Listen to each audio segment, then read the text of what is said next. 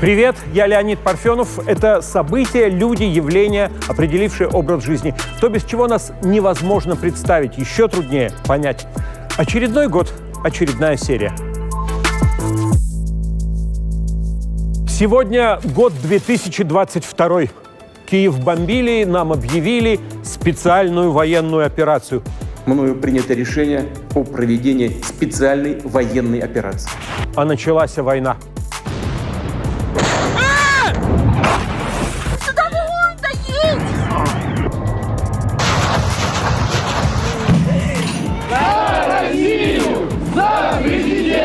Что такое буква Z? Буква Z – это залупа! Если смерти, то геройской. Если ладу, то калину. Куплено на то, что в народе называют гробовыми. Военно-политическое руководство покинуло территорию Украины. Президент Зеленский сбежал. Президент тут. Все мы тут. Зеленский – мировая звезда. Мы победили Россию в битве за умы всего мира. Надо прогрызать каждый дом занимать. От блицкрига к измору. Мы воюем с НАТО.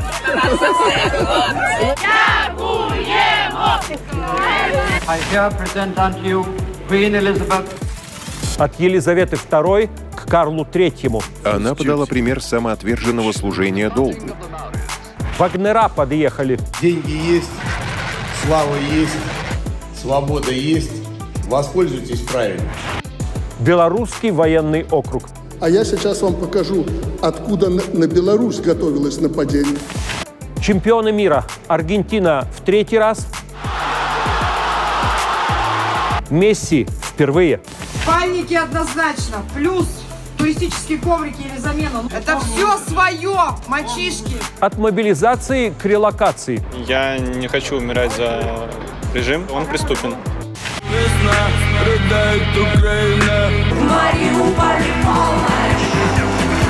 Песни военных лет русского зарубежья. Год первый. Слезы застыли в холодной земле, скоро завянет венок. Полная рюмка стоит на столе. С Новым годом, сынок! С Новым годом, дорогие друзья! Войны не будет. Мною принято решение о специальной военной операции. Президент тут. Все мы тут. Буква Z – это Мы воюем с НАТО. Пацан сказал, пацан сделал, да? Год 2022 начинается с резонансных для всего бывшего СССР бурных и кровавых событий в Казахстане.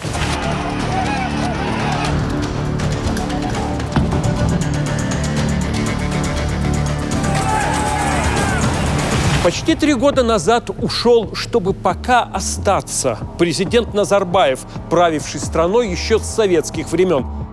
Я принял непростое для себя решение сложить с себя полномочия президента Республики Казахстан. Теперь протесты в городе Жанаузен, перекинувшись на всю страну, покончат с казахстанским двоевластием, с эпохой елбасы и с самим этим назарбаевским титулом отца нации.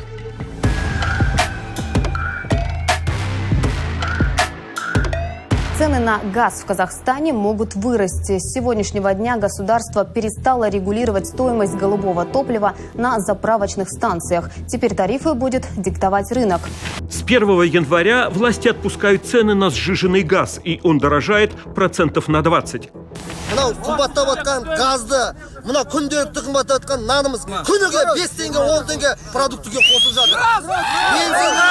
А на газе ездит частный транспорт.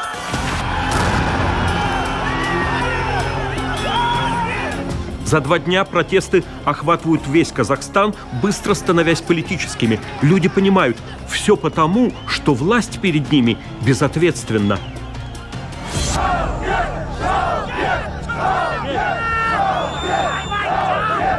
Старик, уходи!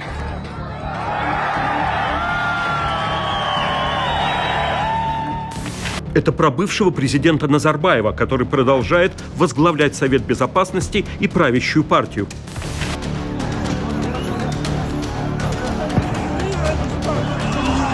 Начинаются грабежи, штурмы и поджоги правительственных зданий.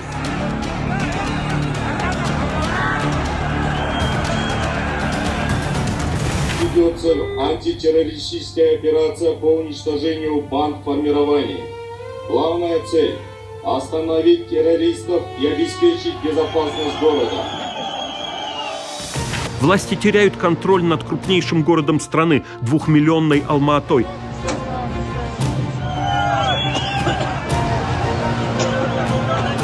Там захвачен аэропорт.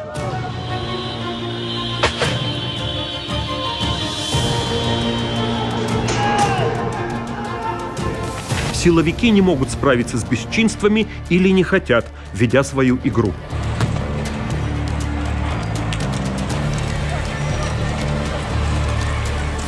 Начинаем выпуск со срочной новости. Касым-Жомарт Токаев отправил правительство в отставку. Текст постановления опубликован на сайте Аккорды. Президент Токаев отправляет правительство в отставку, заявляет, что теперь вместо Назарбаева он сам глава Совета Безопасности. Принятые мною меры нацелены на благополучие многонационального Казахстана. Соратник бывшего президента, шеф спецслужбы Казахстана Масимов обвинен в госизмене и арестован. Сам Назарбаев молчит. Ходят слухи, он покинул страну. Токаев впервые в истории договора о коллективной безопасности просит помощи у союзников. Террористические банды являются, по сути дела, международными. Их нападение на Казахстан можно рассматривать и нужно рассматривать как акт агрессии. Подразделение ВДВ, более 3500 человек, в основном россияне, прилетает в Казахстан 6 января.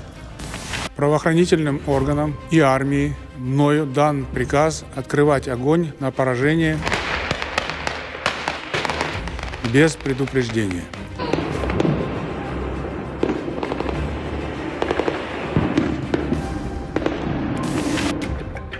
Беспорядки быстро подавлены. К середине января отменено чрезвычайное положение. Жертвами казахстанского кровавого января стало более 200 человек. Явные провокаторы и невинные люди, даже дети. Пострадало более 4000 человек, задержано более 10 тысяч. Это была тщательно подготовленная операция международных террористов, бандитов, которые напали на Казахстан с целью, прежде всего, подрыва конституционного строя, ну и, конечно же, совершения государственного переворота. При обычной неосведомленности широкой российской публики о делах в Казахстане удивительно прозорливым оказался текст Оксимирона «Окно в Париж». Опубликованный за месяц до событий в соседней стране, трек начинается словами «Как же Астана похорошела при Нур-Султане». Кстати, реквизиты в описании. Как же Астана похорошела при Нур-Султане, кстати, реквизиты в описании. Отношение к названию столицы наглядно показывает перемены в казахстанской власти. В 2019 году по предложению президента Токаева Астану переименовывают в Нур-Султан. Наша столица должна носить и имя нашего президента и называться Нур-Султан. С января 2022 город-миллионник стараются вообще никак официально не называть.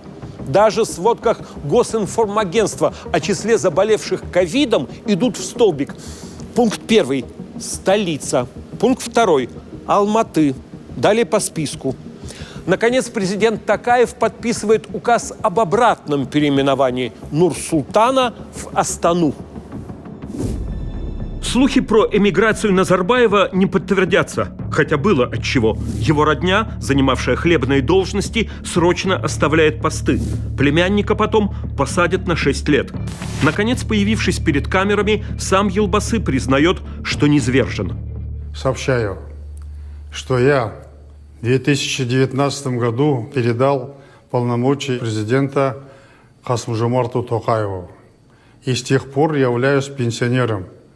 И в настоящее время нахожусь на заслуженном отдыхе в столице Казахстана и никуда не уезжал. Уже полноправный президент Токаев устанавливает один срок для главы государства – 7 лет и переизбирается на него. Токаев Касым-Жомарт 82,45%. Через год после кровавого января Назарбаев утратит и символический титул Елбасы – отец нации. Такое прижизненно бывает редко. Конституционный суд отменил закон о первом президенте. Соответствующее постановление в новом судебном органе приняли в ответ на обращение депутатской группы «Жана Казахстан».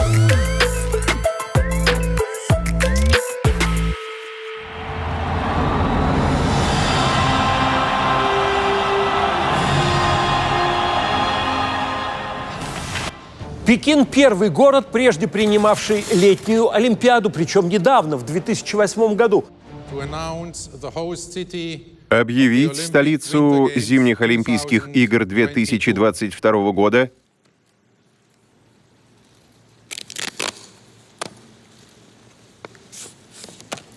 Пекин.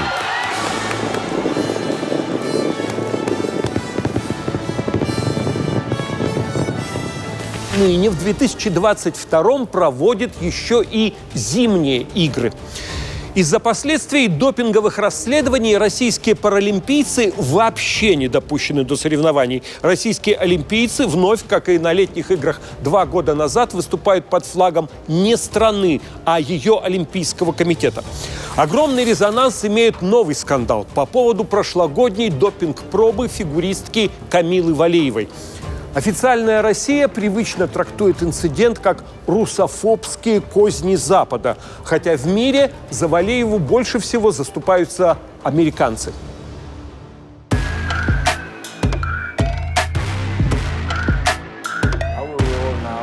Наша роль в отношении России в том, чтобы следить за соблюдением всех требований, как РУСАДА следует правилам, как выполняет их. Сейчас именно это и происходит. О конкретных результатах говорить слишком рано. Российские спортсмены под подозрением с середины 2010-х годов после масштабных разоблачений государственной допинговой системы. Но фигуристы пока оставались в почете. Трусову, Валиеву и Щербакову. За их суперпрыжки тулупы с 4 оборотами зовут квот-сквот – бригада четверных.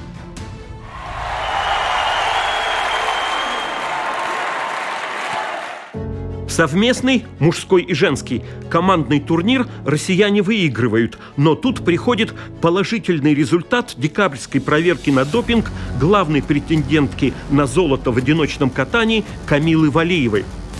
Безусловно, счастлива. Находиться на Олимпийских играх. До окончания разбирательств 15-летней фигуристке разрешают участвовать в играх с неслыханным предупреждением. Если она попадет в тройку победителей, церемонии награждения пока не будет.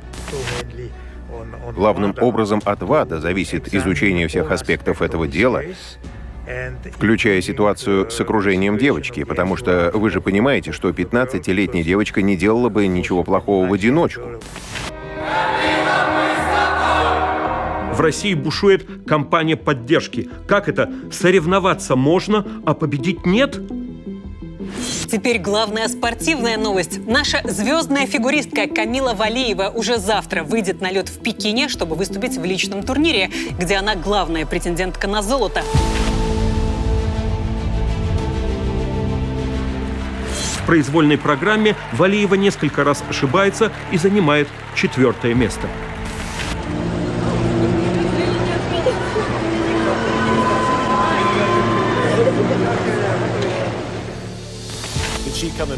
Она на 4-м месте. Как вы видите, она рыдает, она в отчаянии. Ей всего 15.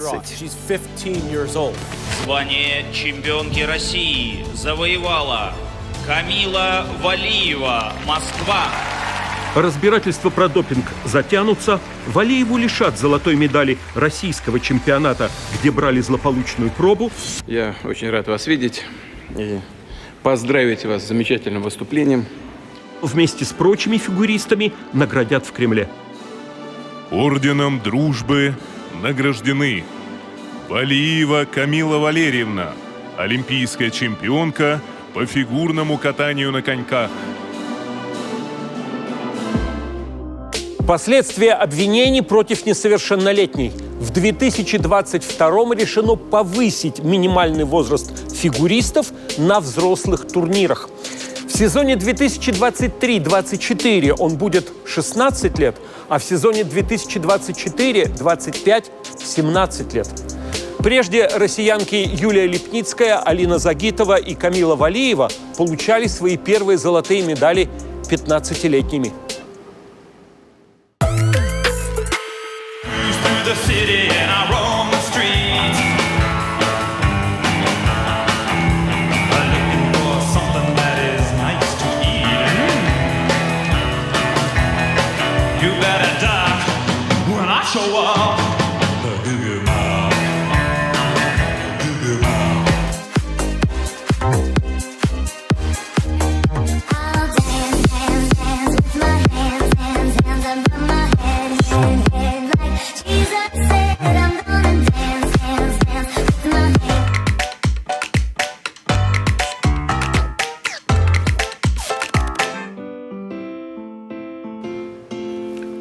И из окна гостиничного номера своего я телевизор выкинул на авто.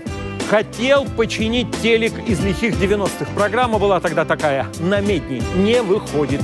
Тут без специалиста не обойтись. Мастера для решения этой задачи найду на «Профи» – сервисе для поиска специалистов.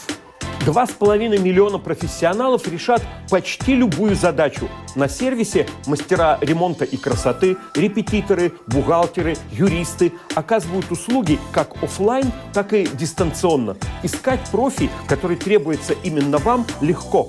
Нужно описать задачу, определить комфортный для вас бюджет, изучить отклики, ориентируясь на отзывы и рейтинг специалиста. Если вы сами профессионал, то с помощью приложения «Для профи» найдите клиентов и получите заказы. Скачивайте приложение «Профи» и ищите профессионалов всего в несколько кликов. Войны не будет. Мною принято решение о специальной военной операции. Президент тут всім. Мы воюем с НАТО. Пацан сказал, пацан сделал, да? Областной совет Донецкой области провозглашает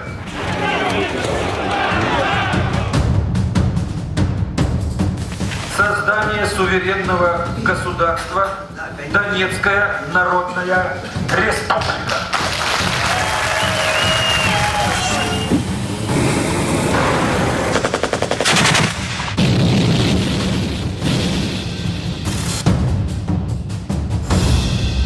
Все 8 лет существования самопровозглашенных Донецкой и Луганской народных республик не раз заходила речь об их признании и даже о приеме в состав России. Просим Российскую Федерацию рассмотреть вопрос о вхождении Донецкой Народной Республики в состав Российской Федерации. Кремль отмалчивался или отнекивался, периодически заявляя, что он вообще не участвует в конфликте в Донбассе. Я хочу понять, вы предлагаете признать ДНР и ЛНР? Конечно. И дальше? И дальше? А дальше мы защищаем территорию свою, которую мы признали, помогаем нашим братским народам. И вы хотите остальную Украину потерять, оставить ее нацистам? Так вы хотите? Нет, я считаю, что нацистский режим вообще надо воевать. Воевать с Украиной мы не будем, это я вам обещаю. На фоне нарастающего с осени 2021 года кризиса российско-украинских отношений за один день, 21 февраля 2022, Совет Безопасности обсуждает признание. Подавляющее большинство граждан нашей страны такой шаг поддержали бы. Путин выступает с телеобращением. Считаю необходимым принять уже давно назревшее решение. Подписаны президентские указы и договоры России с уже признанными ДНР и ЛНР о взаимопомощи. Президент Российской Федерации Владимир Владимирович Путин, глава Донецкой Народной Республики Денис Владимирович Пушилин и глава Луганской Народной Республики Леонид Иванович Пасечник подписывают договор о дружбе, сотрудничестве и взаимной помощи между Российской Федерацией и Донецкой и Луганской Народной Республикой. Ясно, что все это политическая артподготовка. К чему? Есть ли какие-то другие точки зрения или какое-то особое мнение по тому вопросу, который поставлен? Нет? Я знаю, что Донецк, Луганский и Крым сейчас во всех смыслах этого слова живут в другом времени. И уже почти час, как по телевизору, вам сказали, что Новый год наступил. Но я знаю, что уже почти час, как вы ждете нас, чтобы встретить Новый год вместе. Понятно, что взаимопомощь стороны оказывали все те же 8 лет. Из-за ДНР и ЛНР Донбасс оставался неподконтрольным Киеву, получая от Москвы оружие и боеприпасы, Освобождаем Донбасс от укропа. товары, финансы. Ну, с России мы получаем гуманитарную помощь. Вот я сама мама ребенка и получала до 3 лет хорошую очень помощь. Вот там были каши различные, пюрешки. Российские паспорта для жителей. Владимир Путин подписал указ, упрощающий получение российского гражданства для жителей отдельных районов Луганской и Донецкой областей Украины. Мы действительно оказываем гуманитарную и другую помощь и поддержку людям, которые проживают на этой территории. Только для того, чтобы их окончательно там не раздавили, не съели и не порвали. Но с лета 2021-го Путин будто хочет переиграть события от 2014 года заново. Украина – це Европа! Опять тогдашний Майдан, госпереворот. Остановитесь! И значит, украинская власть незаконна. Слава Украине! Хотя с той поры в стране дважды проходили и президентские, и парламентские выборы. Как Украина-то складывалась? Кто ее создал-то? Ленин Владимир Ильич. Когда создавал Советский Союз. В своей манере, подводя теоретическую базу, Путин в статье об историческом единстве русских и украинцев вовсе отказывает Украине в собственной судьбе.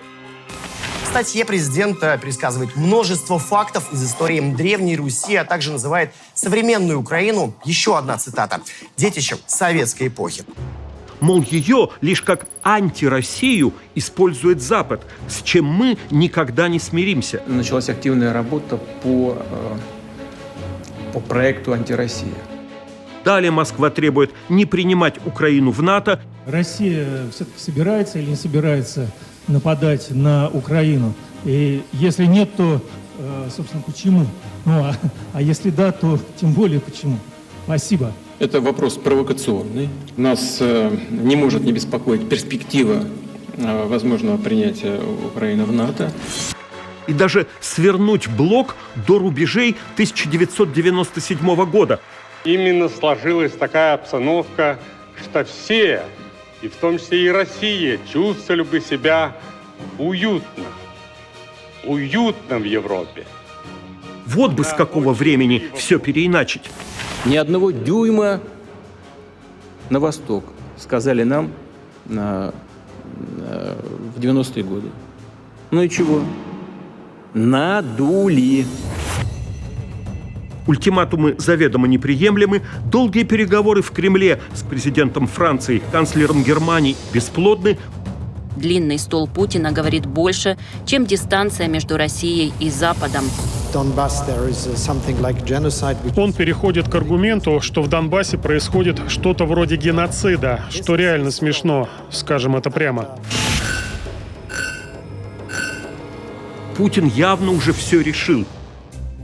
Уважаемый Владимир Владимирович, уважаемые коллеги. Уважаемый Владимир Владимирович. Уважаемый Владимир Владимирович. Коллеги. Уважаемый Владимир Владимирович, уважаемые коллеги. Уважаемый Владимир Владимирович, уважаемые коллеги. Уважаемый Владимир Владимирович. На Совете Безопасности премьер Мишустин проговаривается: подготовка к признанию двух донбасских республик идет много месяцев. Мы уже много месяцев ведем подготовку к возможной, соответственно, реакции к признанию ЛНР и ДНР А глава службы внешней разведки Нарышкин явно забегает вперед. Я говорите прямо. Я поддержу предложение о признании... Поддержу или поддерживаю? Говорите прямо, Сергей. Поддерживаю предложение... Так и скажите, да, или нет. Говорю, да. Поддерживаю предложение о вхождении Донецкой и Луганской народных республик в состав Российской Федерации. Да, мы об этом не говорим, мы этого не обсуждаем. Мы говорим о признании их независимости или нет.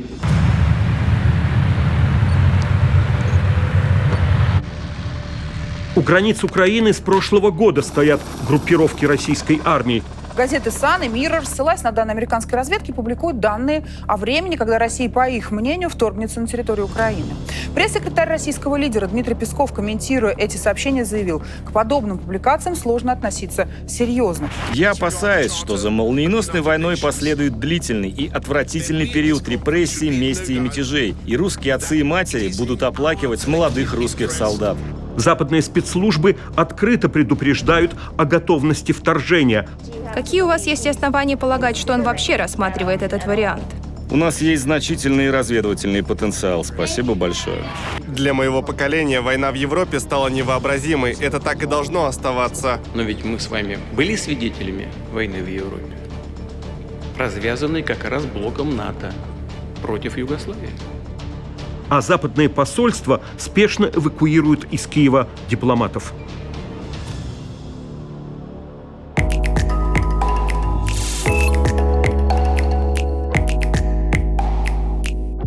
Присоединять, не присоединять Донбасс? Что делать с этим дальше? Как использовать это в переговорах с Западом? Потому что это такая очень серьезная проблема. Ну и что? Было видно, многие участники заседания Совета Безопасности поддакивали Путину, угадывая желания начальника, но не понимая, вот что, только признаем ДНР и ЛНР и все? Сегодня я инициировал телефонный разговор с президентом Российской Федерации. Результат – тишина. Киев до последнего предлагает провести переговоры Путина с Зеленским. Мол, при личной встрече мы сумеем найти выход.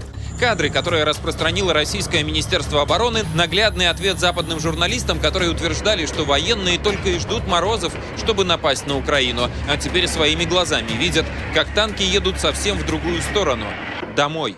Ранее западный прогноз был: начало российского вторжения 16 февраля. Возможно, случился перенос именно из-за правильной догадки. Война, намеченная ранее в ночь на среду 16 февраля, а именно эту дату российского вторжения на Украину, судя по утечкам, называл союзником по НАТО президент Байден, не состоялась. Через неделю после этой даты, 23 февраля, День Советской Армии, ныне защитника Отечества, в войсках должны отметить. Уважаемые граждане России,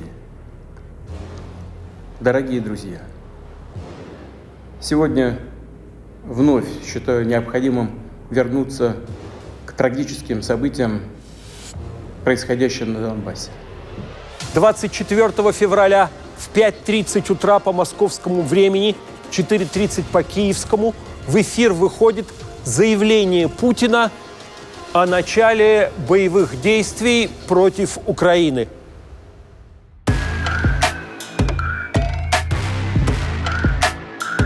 Мною принято решение о проведении специальной военной операции. Спецоперация – излюбленный путинский формат все годы правления, впервые объявляемая им прямо. Как водится при спецоперациях, ничто не называется своими именами. Мы будем стремиться к демилитаризации и денацификации Украины. Демилитаризация – это значит удары, как скажут, высокоточным оружием по военной инфраструктуре. Вот это мало, похоже.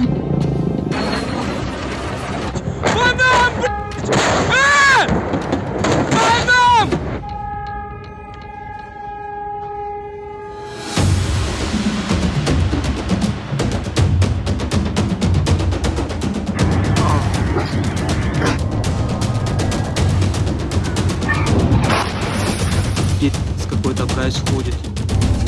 Ого, ебать! Сюда вон есть!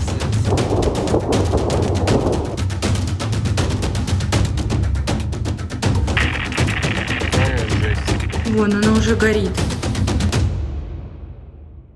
Наши действия – это самозащита от создаваемых нам угроз и от еще большей беды, чем та, что происходит сегодня. Как бы тяжело ни было, прошу понять это. Сегодня, 25 числа, 25 февраля 2022 года, война.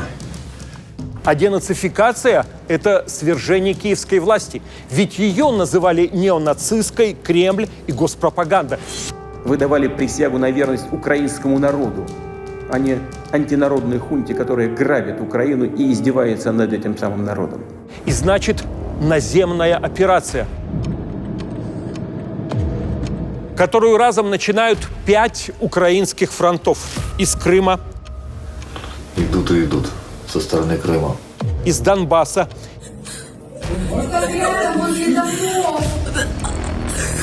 Из Белоруссии, оттуда короче, на Киев. Из Белгородской области на Харьков. Не, войны не будет, все нормально, конечно. Из Воронежской области на Луганскую.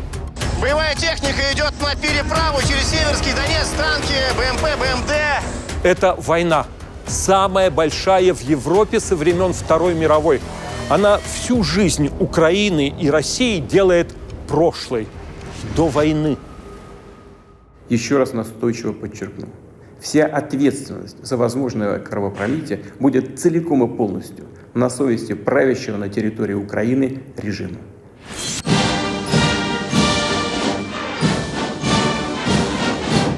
Считается, что у России вторая армия мира, чем гордятся уже годы.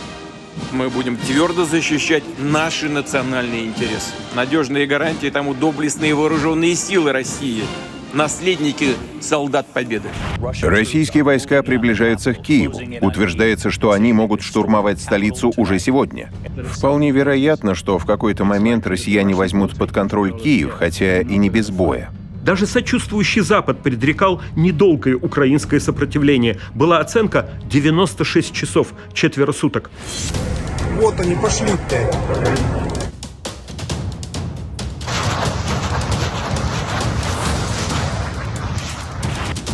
Под ракетными обстрелами вся территория страны от Луцка до Харькова, от Нежина до Одессы. По словам президента Зеленского, в первый день войны погибли 137 украинцев. Это данные Киева. Неизвестно число жертв на сразу же оккупированных территориях.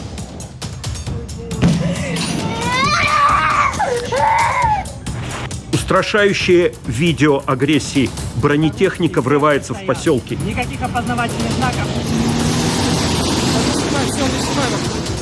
Это все густозаселенные земли, и прочь от войны устремляются толпы народу. Целый день пытаемся с утра, но, как видите, здесь нереально, машины не едут, нас много, собака, не влазим, возвращаемся обратно. К концу года ООН насчитает до 8 миллионов украинских беженцев в Европе и 6 миллионов вынужденно переехавших внутри страны. На юге поначалу российское наступление уверенное. К востоку взяты Мелитополь и Бердянск. Стоит русский флаг, БТРчик, вот она, вот, город Мелитополь. Затем к западу областной центр Херсон. Чего они бегают? Откуда я знаю? Не спас. Причем мосты через Днепр невредимы, и центральная власть страны заявляет об измене. Зашли возле нашего дома. Окружен Мариуполь. Вокруг Мариуполя практически замкнулось кольцо окружения. Трасса и железнодорожная ветка, что идут от приморского города, блокированы и находятся под огневым контролем передовых групп армии ДНР. И Крым по суху соединен с Донбассом.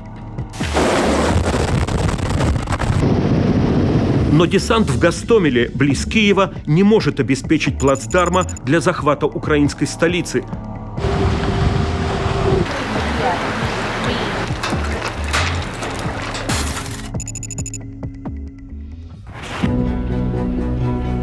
Даже к Харькову, второму украинскому мегаполису, по прямой от границы 40 километров, российская армия едва подступилась. В Харькове не сильно рано русским.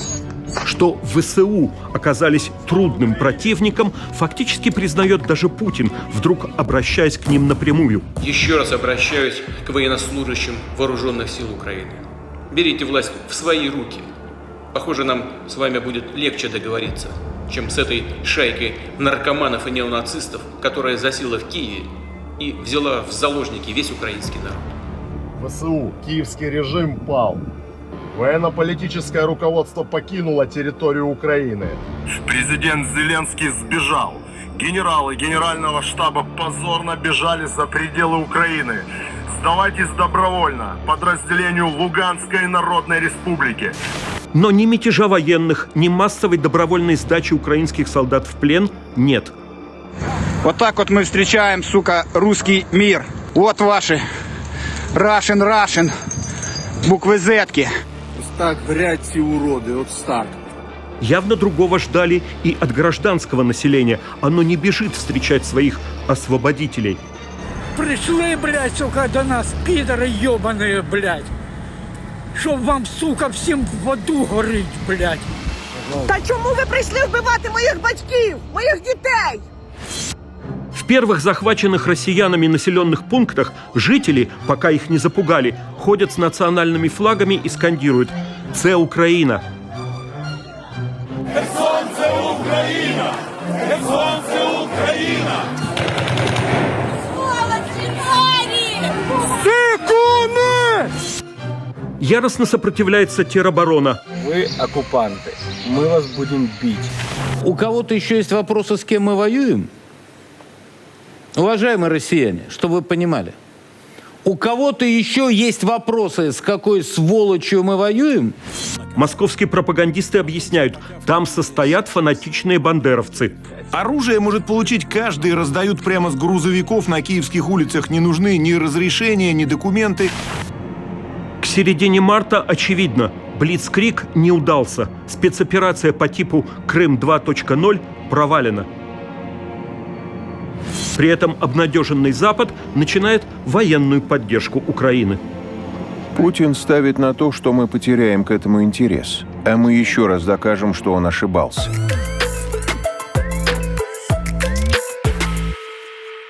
Российские пропагандисты разжигали ненависть к Украине с Евромайдана 2014-го. 3 лет мальчика маленького в трусиках, футболке, как Иисуса, на доску объявления прибыли. Нацистское государство, озлобленное против России, что слово «русский» вызывало ненависть. И Россия. Современные нацисты, которые занимаются истреблением собственного народа сегодня на Украине. Но и их война застает врасплох. Завтра у нас праздник, 23 февраля. Поздравляю всех причастных. А в эфире мы встретимся в четверг. Ну, если, конечно, ничего не случится. Я русский военный корабль. Предлагаю сложить оружие и сдаться. Русский военный корабль, иди нахуй. Да. Сложный день. Сложный день. Главный знак официальной спецоперации и символ госпатриотизма всего 2022 года – Z. Последняя буква латинского алфавита.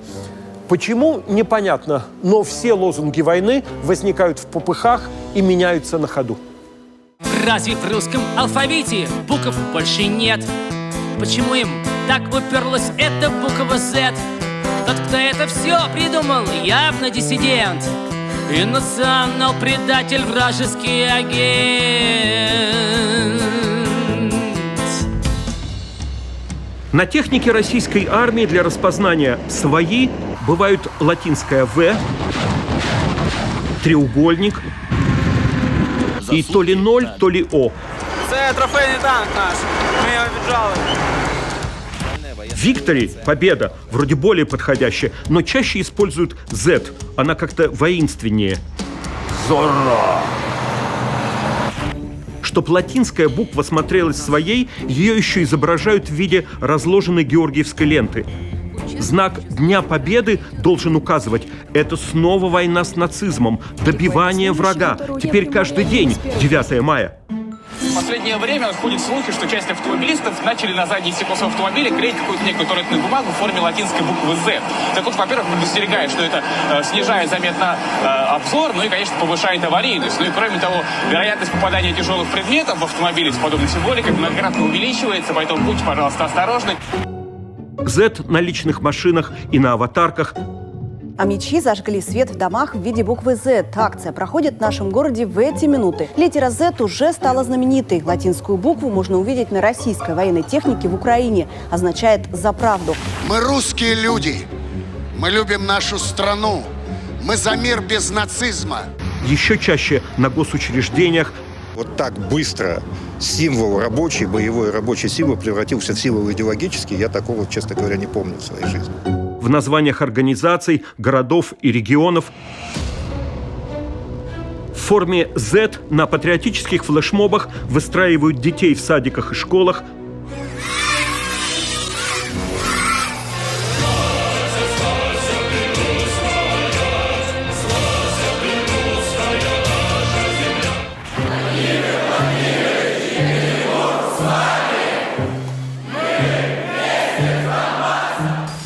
Работников предприятий. За наших своих не бросаем! И военных. За Россию! За президента! Своих не бросаем! Мы на двери увидели вот эту букву Z, нарисованную кем-то неизвестно кем. Ну, я могу предположить, спецслужба, потому что, вообще-то никто не знает моего домашнего адреса. Z – угрожающая отметина на дверях квартир публичных противников войны. Для них символ выглядит зловещим, Жизнь зачеркнута буквой Z, но я новую свежесерую. но и уязвимым. Сейчас все уроки будут напоминать уроки английского языка, учителя будут говорить «the», правильно, «the». «The», язык за зубами, язык за зубами. Знают дети с малых лет, что такое буква Z. Ведь не знать такое глупо. Буква Z – это залупа! В интернет-спорах сторонников войны с ее противниками главное обвинение, которое теперь называют единственным союзником России. Где вы были 8 лет? У меня вопрос к этим плакальщикам, пацифистам, борцам за мир. А что же вы молчали 8 лет? Почему вы сейчас заверещали так все? А где вы были, когда убивали детей Донбасса? Это перевод сегодняшней повестки на жизнь регионов Донбасса с 2014 года. В ответ обычно следуют аргументы про российскую поддержку тамошнего сепаратизма, теперь, получается, официально признанную, и данные ДНР о числе погибших в последние 2 года. Мол, выходит, конфликт затухал, а его раздули до пожарища. Сколько гражданского населения погибло за год от обстрелов гражданского за 21 год предыдущий? Знаешь, сколько? Сколько? 8. Залез в 20-й год. Это их данные, это даже не ОБСЕ. Залез в 20-й год. Смотрю доклады, сколько гражданского населения? 5. Какой геноцид. В автомобильных катастрофах погибает там же в 40 раз больше. Но самые патетичные патриоты вообще считают войну лучшим миром. Ведь в ее огне рождается новая Россия, очищенная от скверны либерализма, плюрализма. Правильно это назвать священная война! Существует такое древнерусское междометие, гойда, означающее призыв к немедленному действию. Гойда! Держава Витязь, где нет места всяким умникам, критикам, скептикам, нытикам, хлюпикам. С государственных телеканалов на месяцы пропадают развлекательные программы. Основа эфира – победно-военные новости и яростные ток-шоу на ту же тему. Государственное финансирование СМИ в первой половине года вырастает в 3 раза. А сейчас покажем, с кем борются наши войска. Появились кадры, в очередной раз подтверждающие, что для нацистов нет ничего святого. Вы нас ждали? Да, ждали, конечно. Ждали, да? Очень ждали. И молились за вас, и за Путина, и за весь народ. Конечно. Снятая украинскими военными жительница села под Харьковом, ровесница Путина Анна Иванова, усилиями прокремлевской прессы становится антиукраинским символом в виде граффити и скульптур «Бабушка с флагом». Какая душа открылась не этим с автоматами нам, И наш народ это вот так оценил. Маленькая, хрупкая, но с огромной надеждой на правду. С верой в победу одну на всех. И любовью к родине одной на всех.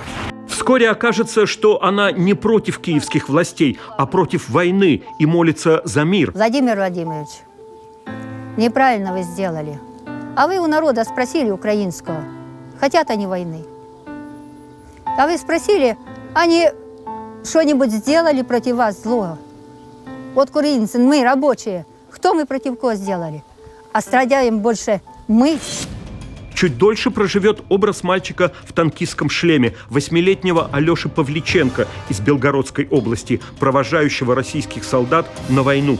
Я когда смотрю на эти кадры, у меня просто мурашки. Это действительно дорогого стоит. Счастливый парнишка улыбается каждому проходящему мимо многоквартирника на улице Строителей. Это, кстати, у вас что такое здесь шоколад? Это вам подарок. Белгородской области. Спасибо большое. Есть Аленка, у вас Алешка. При отъезде из страны многих звезд противников войны оформляется пул верноподданных маститых эстрадников. Их неожиданным фронтменом станет годящийся большинству в сыновья блонд в дредах при кресте, но с языческим псевдонимом «Шаман», написанным латиницей.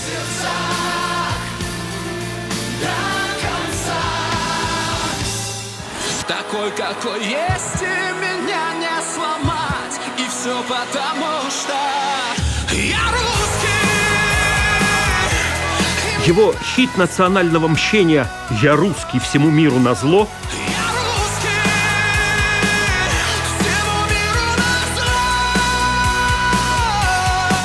противоположный лагерь удостоит пародии, набирающей ответные миллионы просмотров на Ютубе. Я узкий, я не в форме яйца. Я узкий, плечи уже лица. В соответствии с описанием, такой беспилотник транспортирует заданный на район контейнер с большим количеством комаров, переносчиков инфекции, и высвобождает их. При укусе комары инфицируют атакуемых людей возбудителями особо опасных заболеваний. На Украине обнаружено 3 десятка американских военных биолабораторий, где разрабатывали бактериологическое оружие.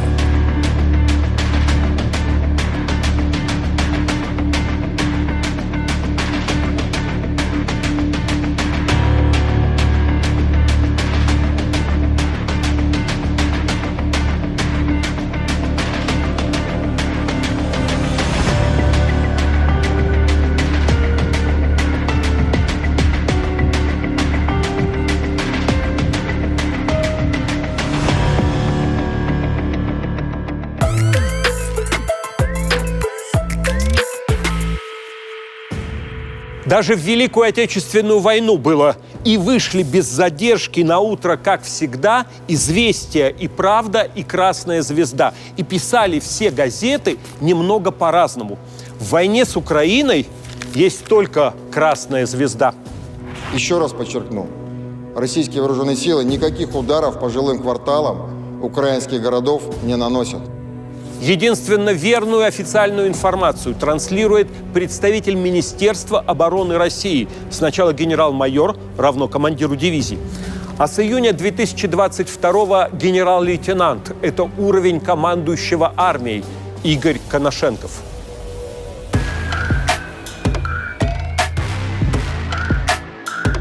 Россия не наносит удары по мирным гражданам. Отклонения от генеральской линии преследуются срочно введенными законами о фейках. За 401, против нет, воздержавшихся нет. Уважаемые коллеги, федеральный закон принят единогласно. Официально это дискредитация вооруженных сил и распространение заведомо ложной информации. То есть фактически привлекать к ответственности смогут активистов, общественных деятелей, журналистов, блогеров и просто пользователей соцсетей, которые будут утверждать, что российская армия действует как-то неправильно. Тех, кто лгал и делал заявления, дискредитирующие наши вооруженные силы, понесут наказание, причем очень жесткое. По ним запрещены любые публичные критика, недоверие, другое мнение и даже другое слово. нельзя называть войну войною. Сегодня смотрела новости по телеку. Ужасные вещи происходят. В Японии землетрясение. В Китае самолет упал. В Израиле теракты. Просто ужас. Слава богу, еще войны нет. Также недопустимы нападения, вторжения и прочее.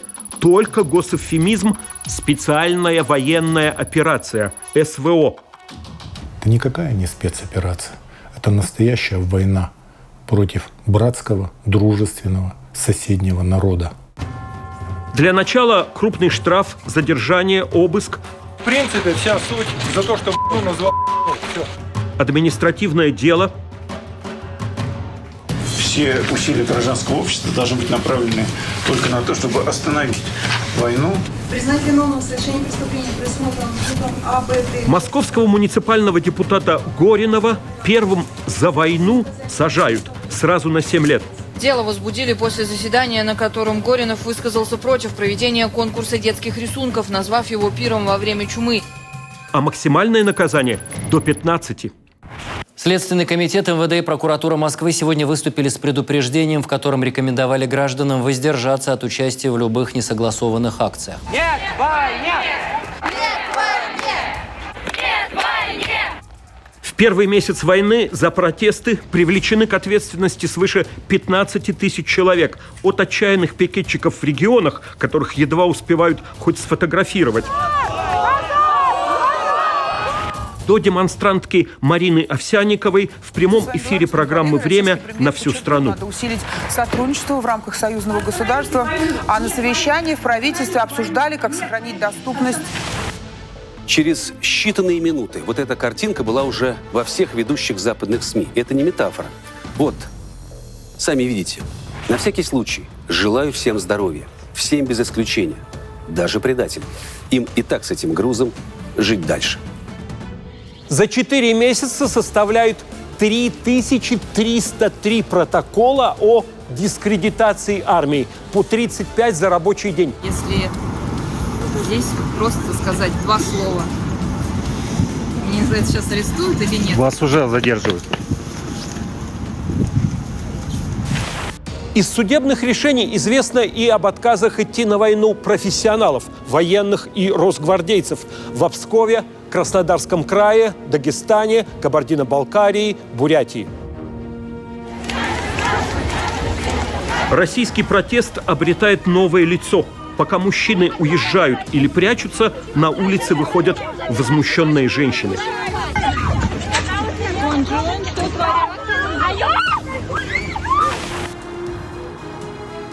Безмолвный протест живет на улицах антивоенными граффити.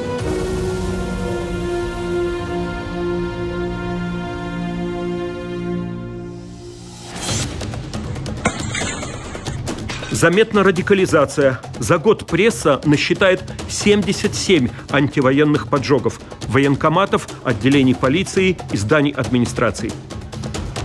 Да ладно, это же военкомат наш. Город Черкесск. Пресекая разноголосицу о войне, разговорчики в строю. Власть закрывает неподконтрольные российские СМИ и блокирует в стране мировые соцсети. По скачиванию программ для обхода блокировок VPN Россия выходит на 2-е место в мире после миллиардной Индии. Отныне нестерпимы для Кремля работавшие не годами, а десятилетиями даже главные независимые радио, «Эхо Москвы». Надо признать, что наша редакционная политика такая же, какая была во время Грузинской войны, Чеченской войны, Крымской войны. Газета «Новая». Военная цензура в России быстро перешла в новую фазу. От угрозы блокировки и закрытия изданий, почти полностью реализованной, перешла к угрозе уголовного преследования. То, что вот, Наташа, вы мне сейчас показали, и то, что здесь происходит, это, конечно, выглядит совсем иначе, чем то, что я вижу обычно, когда посещаю наши уважаемые каналы. Телеканал «Дождь». При принятии этого закона завтра работа практически будет невозможна. Либо мы должны рассказывать про прекрасные выставки, фейерверки, не знаю про что. Запрещаются и общероссийские СМИ, и московские, и региональные, и иностранные с русскими версиями. Правозащитники подсчитают, в среднем в 2022 году власти блокируют по 4900 сайтов в неделю. Журналисты за границу выезжают целыми редакциями. Обустройство на новом месте не беспроблемны. Мы надеемся, что многим военнослужащим, в том числе, мы смогли помочь, например, с оснащением и с просто элементарными удобствами на фронте. Латвия, Литва и Эстония лишат лицензии канал «Дождь». Šie riski bez šaubām ir atbalsta paušana okupantu armijai, neusticamas informācijas pārraidīšana, tātad iespēja radīšana, ka Krievijas armija varētu ietilpt Latvijas bruņotajos spēkos, sakot mūsu armiju. Он продолжит вещание в других странах. Но в целом офшор-журналистика неудержима. Новые проекты запускаются десятками. К Твиттеру огромные вопросы, к Ютубу есть вопросы, потому что все это попадает, и мы прекрасно знаем, кто спонсирует всех этих товарищей, и оставлять это не будем. Вопреки слухам, YouTube в России в 2022 так и не закроют. Зато для самых молодых ограничена работа ТикТока. Сервис коротких видео от ВКонтакте ВК-клипы за год вырос в 2 раза по числу просмотров. Для тех, кто постарше, заблокирован Facebook. В Следственном комитете России возбуждено уголовное дело в связи с незаконными призывами к убийствам и насилию в отношении граждан России со стороны сотрудников американской компании «Мета». Для 60 миллионов разновозрастных российских пользователей заблокирован Инстаграм. Запретить деятельность американской транснациональной холдинговой компании «Метаплатформ СИС» по реализации продуктов социальных сетей Facebook и Instagram на территории Российской Федерации. Сияние достойной правды. Вы достойны того, чтобы узнать факты. All you need is a VPN connection to access independent information from anywhere in the world. Только на другой день после блокировки Фейсбука спрос на VPN-сервисы в России подскочил более чем на 1000%. К концу года обходными путями заходит в сеть, по оценкам, каждый 4-5 пользователь интернета в стране. Чтение дурных новостей происходит в ущерб сну, отдыху, общению и, в конце концов, продуктивной деятельности. Не ровен час и придется проститься с кукухой. Почему, мистер Андерсон, почему? Во имя чего? Думскроллинг дает чувство контроля. Так и недозаблокированный в 2010-е годы Telegram становится новой главной информационной площадкой страны с ежемесячной аудиторией свыше 55 миллионов человек. Свыше 1 миллиона подписчиков наберут в нем и анти, и провоенные телеграм-каналы. Казенную инфу неохота потреблять даже сторонникам войны.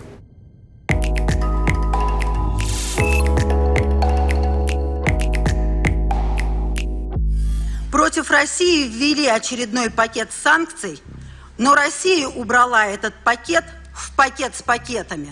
Мы все знаем, для чего эти пакеты существуют в нашем доме. США и Евросоюз, поддерживая Украину, уже в феврале объявляют России экономическую войну. Страна становится рекордсменом по числу введенных санкций. Куда там изгоям Северной Кореи, Сирии и Ирану. Российская экономика в 2022 году серьезно пострадает, но выстоит, а эксперты твердят, что худшее, конечно, впереди. Россия – это Россия. Это самая большая в мире страна, это постоянный член Совета Безопасности, это колоссальная экономика, это ядерная держава. Поэтому все их измышления, что они нас сейчас вот спеленают, как когда-то КНДР или Кубу, и в таком состоянии будут держать, они ни на чем не основаны. Это невозможно.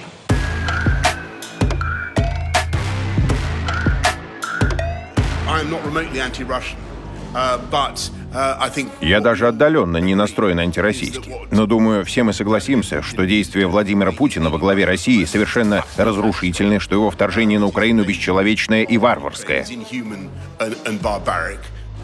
Заблокированы хранящиеся на Западе российские золотовалютные резервы – около 300 миллиардов долларов, до половины запасов Центробанка. Вообще никто не мог подумать из тех, кто прогнозировал, какие санкции может Запад применить. Это просто воровство. Под санкциями 80% активов банковской системы. Системные банки отключены от международной системы платежей SWIFT. Евросоюз решил отключить 7 российских банков от системы SWIFT. Об этом говорится в официальном журнале ЕС. Под санкции попали ВТБ, Россия, Открытие, Новикомбанк, Промсвязьбанк, Совкомбанк и ВЭБ-РФ. Мы готовы сделать все необходимое, чтобы ослабить российскую экономику и прекратить финансирование военной машины Владимира Путина. Я предельно ясно дала понять, что это повлечет за собой расходы для британского народа. Но они несравнимы с ценой, которую украинцы платят за ужасающее вторжение и с их страданий. Часть стран полностью отказываются от российских углеводородов. Европа постепенно вводит эмбарго на морские поставки российской нефти. Таким образом, объем российской нефти, поставляемой в Евросоюз, снизится сразу на 90%. Заменить ЕС, крупнейшего импортера российской нефти, нелегко, и быстро найти новых покупателей в Москве будет очень трудно, подчеркивают аналитики. Я пришла в детский отдел, потому что везде продается жуткое уродство, а в H&M хотя бы более-менее приличные вещи детские. Более 1000 западных компаний – символы потребления путинской России, от Икеи до Apple. Уважаемые покупатели, магазин Икея закрыт и работать больше не будет. Спешно уходят по дешевке, продавая свои активы. 32 года здесь, на Пушкинской, стояло это заведение, работало. Сегодня туда вообще внутрь не зайти, потому что там просто очень много людей. Видимо, все хотят именно в этом заведении поесть в последний раз. Вместо Макдональдса открываются заведения быстрого питания «Вкусно» и «Точка». Вместо KFC «Ростикс», на месте Старбакса «Старс Кофе». Мы осудили войну. Разумеется, с первого же дня мы решили полностью соблюдать санкции, и теперь мы сворачиваем наше производство в России. Знаете, иногда посмотришь на тех, кто уходит. Может быть, и слава богу, мы займем их ниши. Власти говорят об импортозамещении, но понятно, что мировые бренды не заменить, и разрешен параллельный импорт – ввоз товаров без ведома производителя. Такой подход позволит гарантировать поставки товаров в нашу страну, в том числе вопреки недружественным действиям иностранных политиков. В автопроме производство падает в 33 раза. На рынке только «Лады» и китайские авто. Если вы на Kia будете на гарантии, вы не сможете часть каких-то элементов поменять по гарантии, потому что их тупо нет. Российские авиакомпании теперь не пускают на Запад, им недоступны ни новые самолеты, ни запчасти к старым. Неизбежен авиаканнибализм, разбор одних лайнеров на запчасти для других. Не говорит ли это о том, что в течение какого-то времени, через 2-3 года, мы не сможем эти борта обслуживать на территории западных стран, там же, где они обслуживаются? Они не будут обслужены на Западе, их даже не выпустят, в силу того, что мы забрали чужую собственность. Виталий Геннадьевич принял такое волюнтаристское решение, взял и все оставил у нас. Ну и правильно и сделал, потому что если с нами так по-хамски ведут себя, то мы с волками жить, по волчьи выть. Вот. Ну, сохранил отрасль, сохранил парк и объемы перевозок. Они даже подрастать начали. Газовая война – отдельный фронт сражений. Кремль стращает иностранных потребителей. Вот отключим газ – и замерзнете. Но Евросоюз идет на принцип: пусть у нас подорожает электричество, но мы перестанем финансировать агрессора. Советский Союз по запасам газа оказался впереди всех стран мира. Они превысили 10 триллионов кубометров. Поставки газа в Западную Европу СССР начал в 1968 году, и с тех пор они только росли. К 2022-му «Газпром» – крупнейший поставщик для Евросоюза. Германия приостанавливает сертификацию только что построенного газопровода «Северный поток-2». Европейцы пытаются заместить российские энергоресурсы. Однако результат таких действий ожидаем. Это рост цен на газ на спотовом рынке и увеличение стоимости энергоресурсов для конечных потребителей, в том числе для домохозяйств. Россия снижает поставки, а в сентябре 3 ветки подводных северных потоков взорваны. Ясно, что они жертвы газовой войны, но виновник не найден. Вывод из строя газопровода, если кратко суммировать то, что было сказано американскими официальными лицами за последние много лет, позволит Соединенным Штатам нарастить поставки своего сжиженного природного газа в Евросоюз. Пропаганда рассказывает про мерзнущих европейцев. Замерзающая Европа. В подземных хранилищах Старого Света заканчивается газ. Русофобия и потакание заокеанским кукловодам, оказалось, стоит немало. Welcome to Russia, сука!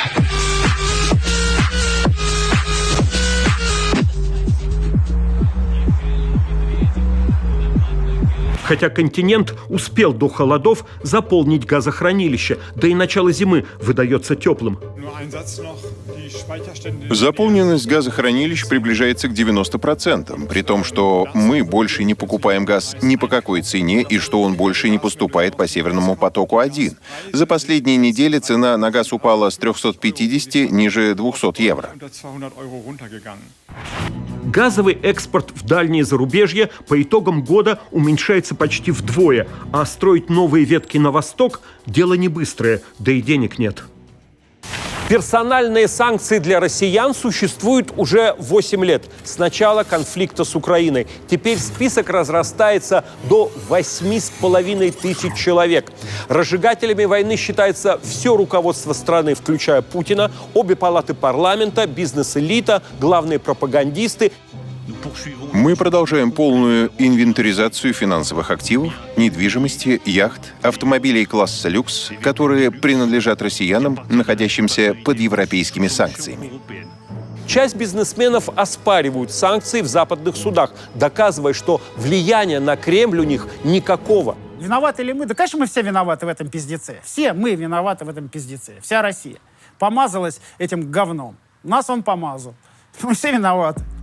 Из воротил публично осуждает войну только Олег Тиньков. И банк, носящий фамилию уже бывшего владельца, в затруднении. Что делать с непатриотичным брендом? На российских корпоративных и частных счетах десятки миллиардов заблокированы тоже. Весь год Запад решает, как использовать все эти капиталы на пользу Украине.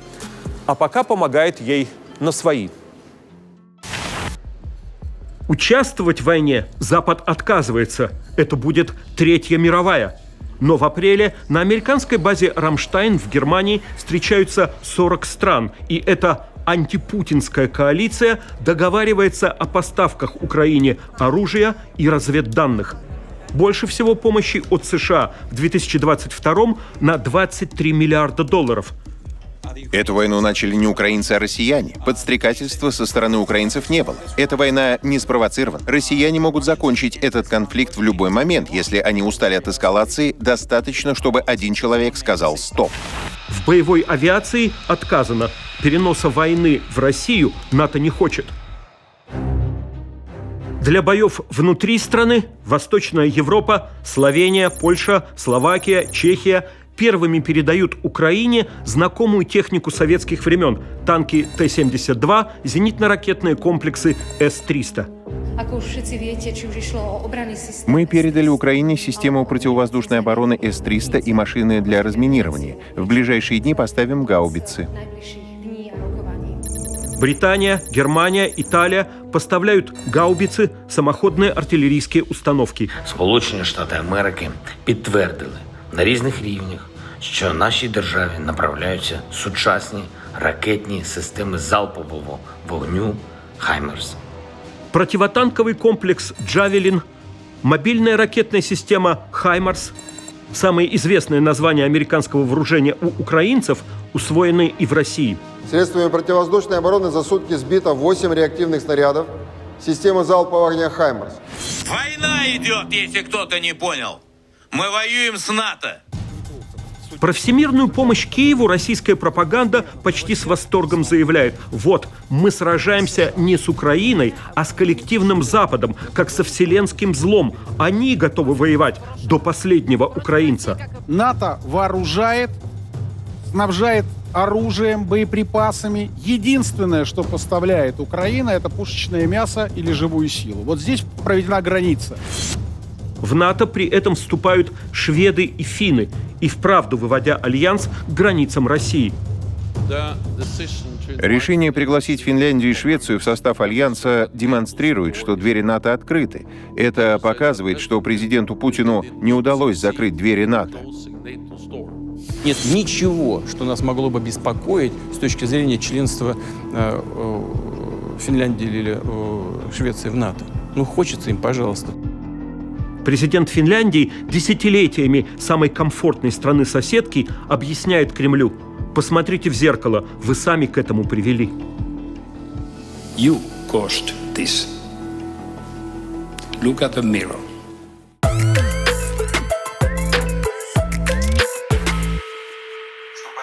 В конце февраля наша жизнь перевернулась. За 3 дня мы собрались и уехали из России. Сначала пожили в Грузии, потом улетели в Таиланд и уже находимся здесь 5 месяцев. Уже с 25 февраля поднимается первая и не последняя волна уезжающих из России из-за войны.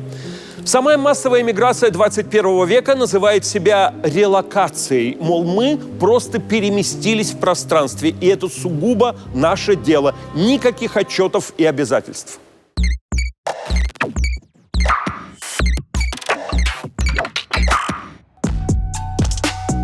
Релоканты весны 2022-го привыкли быть за границей. У них действующие визы, вид на жительство или иностранный паспорт. Они знают, каково там трудиться, снимая жилье или имея недвижимость.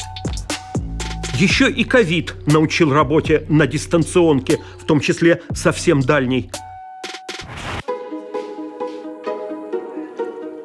24 числа, увидев новости, мы уже знали, что мы должны сделать. Через 2 часа у нас уже были на руках билеты на следующий день. Сроком отъезда называют ППЖ – пока Путин жив. Я пока не знаю, я могу туда вернуться или когда закончится война, если она закончится хорошо для Украины, или никогда.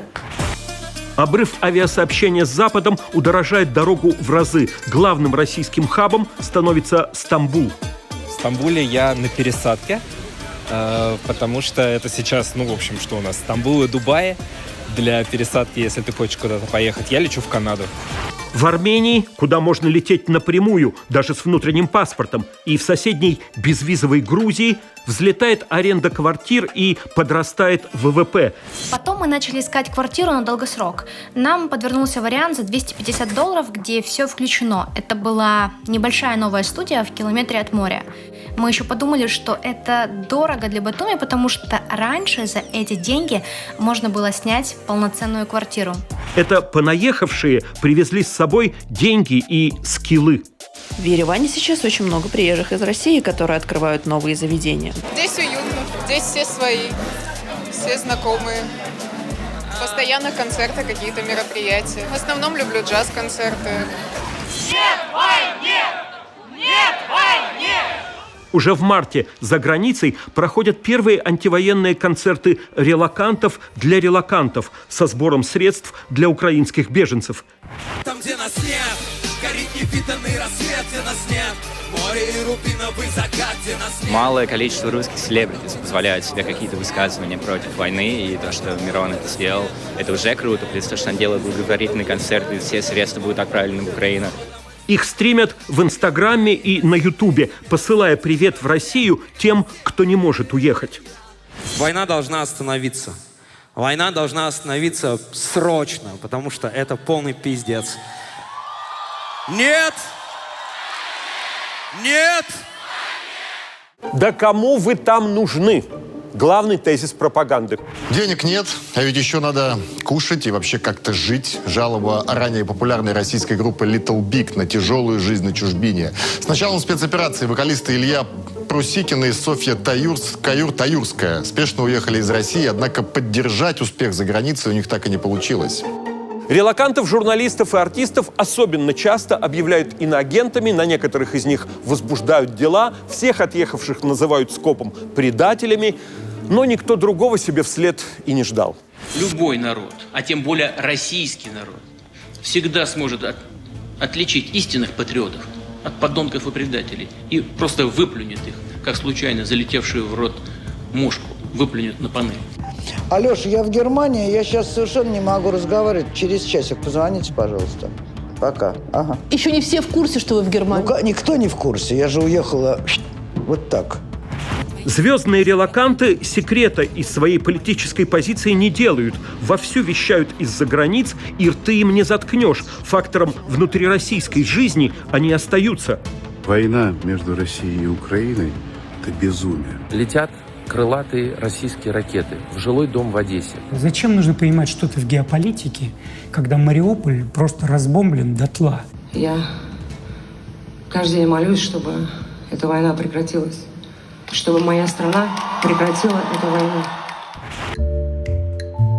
Отъезд и прежде не привязанных к офисам айтишников, которые чаще помалкивают, болезненен для отечественной экономики. Может быть, придется устроиться на какую-то локальную работу здесь, получить рабочую визу. Сообщение про их массовую релокацию похоже на рекламу профессии. Вот на кого надо учиться, чтобы быть востребованным по всему миру. У меня в этом году вообще все сбылось, что мать говорила.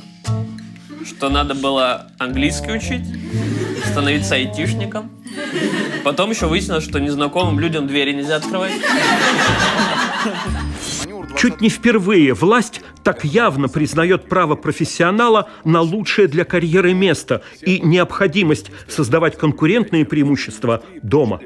Великолепную возможность. Ребята, разработчики, программисты, айтишники, давайте сделаем свою экосистему. Родина сделала для вас все возможности работы. Ничего не бойтесь, никому не верьте в этом смысле.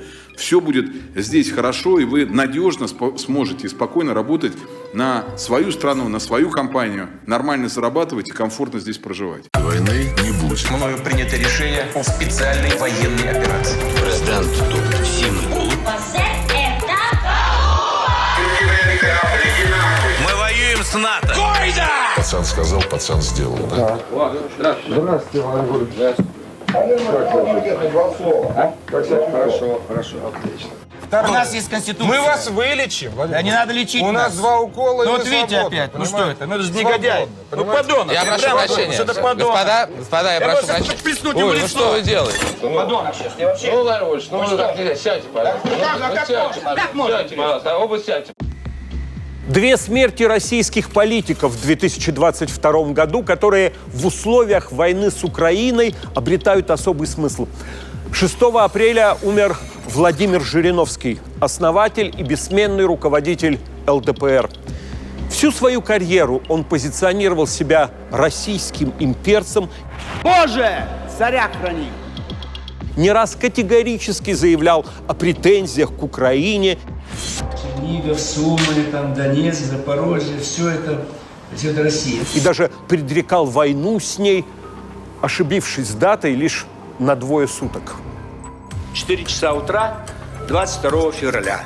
Я бы хотел, чтобы 22 год был бы годом мирным, но я люблю правду. 75 лет говорю правду. Это будет год не мирный.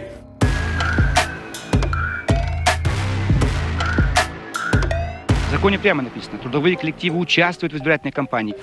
Сегодня в Министерстве юстиции СССР зарегистрирована еще одна общественно-политическая организация – Либерально-демократическая партия Советского Союза. Жириновский возник из ниоткуда со своей либерально-демократической партией еще Советского Союза, Цель партии – создание правового государства. Это единственная цель. Которой так хорошо отнеслись власти, что сразу возникли подозрения про проект КГБ. Если вы считаете, что качество наших алкогольных напитков просто отвратительное, они продаются по слишком высоким ценам, то вы уже по одному пункту совпадаете с программой Либерально-демократической партии Советского Союза. Не бывает виноватым человек. Он всегда виноват. Виновата система. Вот задача нашей партии – помочь КПСС уйти мягче с политической сцены. Лидер партии имени себя творил мемы вроде «Мать русская, отец юрист». Я отвечал только ответ. Я не говорил вопрос. Было 10 минут. Все, выборы кончаются. Говорю, отец юрист, мать русская, Карабах армянам. И как бы всерьез участвовал в президентских выборах, начиная с самых первых. Ельцин, Рыжков, Бакатин. Вот любыми путями пропихнуть этих 3. Потому что все остальные 3, и в основном я, это новый человек. Если я не выиграю в июне 96 года, стране будет военно-полицейский режим. Это выбор один. Или я, или Путин. Путин, потому что он уже у власти. Я, потому что я в оппозиции. Реальная оппозиция – это только я.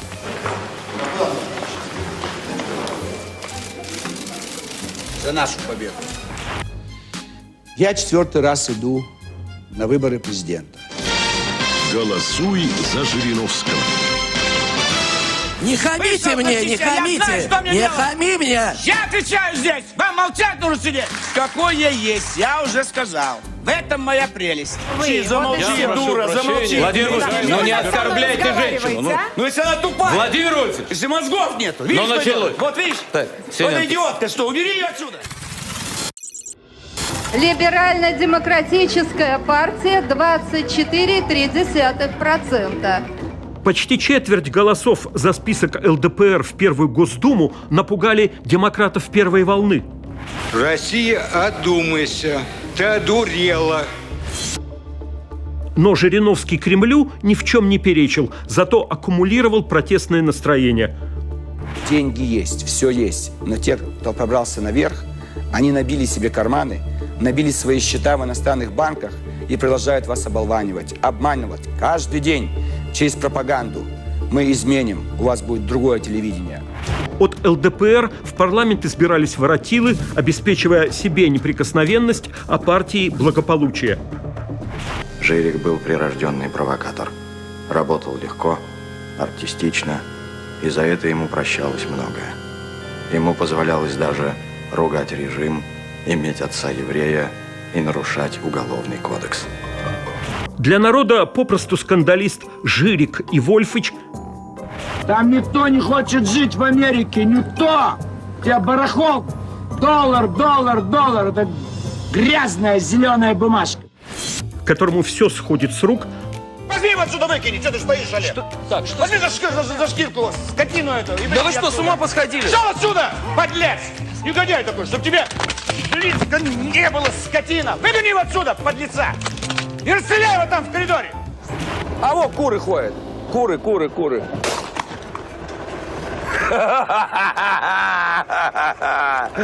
Он 30 лет выкрикивал коллективное бессознательное. Тоска по СССР.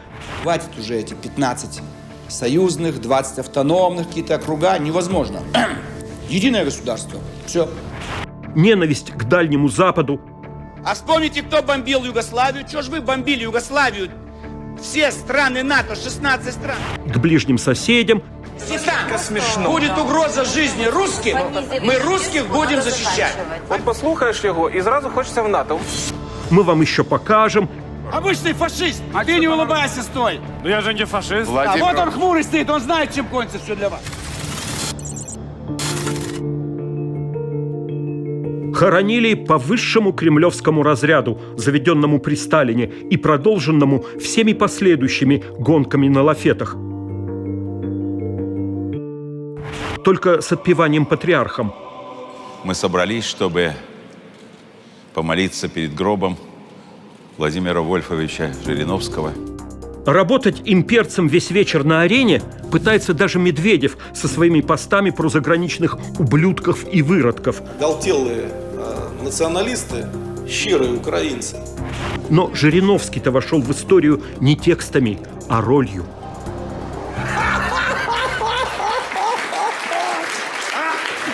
Чего не смеетесь-то? Не смешно? Не поняли, да? Это Россия.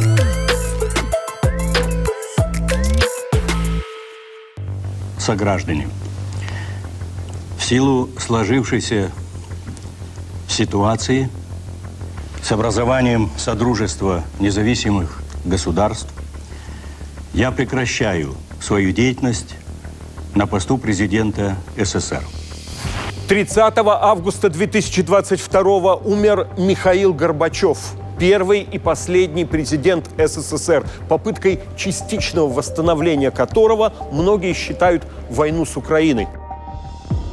Украина как государство появляется при советской власти. А до этого это была территория Украины, России.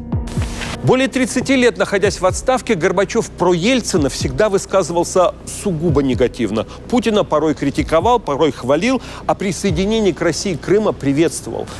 Крым – это наша история, это наша кровь и пот, это то, что мы создали и открыли, это ясно. Чья наша? Украинцы считают… Российская. О нынешней полномасштабной войне от самого Горбачева заявления не было. Только пересказ Алексея Венедиктова, что 91-летний ветеран понимает, дело его жизни разрушено.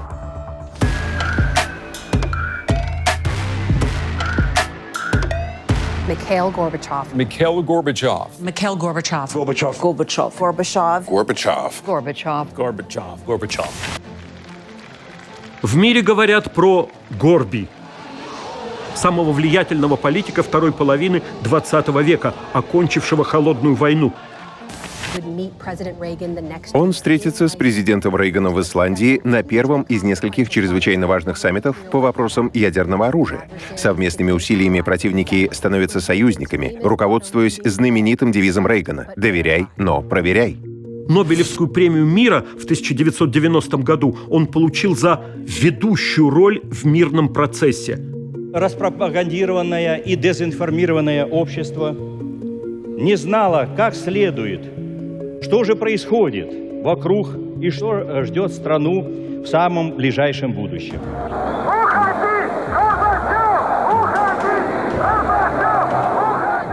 Для российских патриотов Горбачев – виновник распада Великой Советской империи. Здравствуйте, в эфире «Вести». СССР больше нет. Команда Горбачева начала покидать кремлевские здания в связи с указом президента России о принятии на российский баланс всего имущества аппарата президента СССР. Для либералов – дарователь вольностей.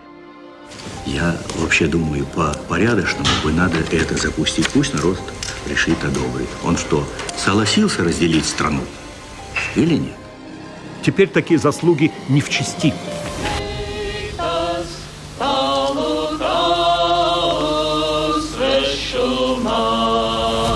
Бывшие союзные республики, помня о первых неподконтрольных выборах, на которых победили сторонники независимости, не прощают попыток подавить национальные движения в Казахстане, Азербайджане, Грузии, Латвии, Литве. Сообщение из Литвы о прекращении поставок продовольствия в порты республики. Насилием сопровождался и захват советскими войсками типографии коммунистической партии в столице. Настоящие реформы, изменившие строй, начались уже после краха СССР, но первые свободы в экономике и политике, религии и журналистике возникли при Горбачеве. Это Горбачев. Горбачев. Это из-за него у нас в экономике бардак. Да благодаря ему у нас новые возможности. Да благодаря ему у нас есть писахат. Покойный дожил до памятника самому себе в объединенной благодаря ему Германии и увидел спектакль про себя в Театре наций. Я буду смотреть вот на девушку, пока Раиса Максимовна не видит. Видит. Только теперь игравший Михаила Сергеевича Евгений Миронов за войну, а игравшая Раису Максимовну Чулпан Хаматова против и уехала в Латвию. Даже такая память о Горбачеве на родине не пережила 2022 года. В России надо жить долго. Не только чтобы увидеть результаты своих дел, но и их отмену.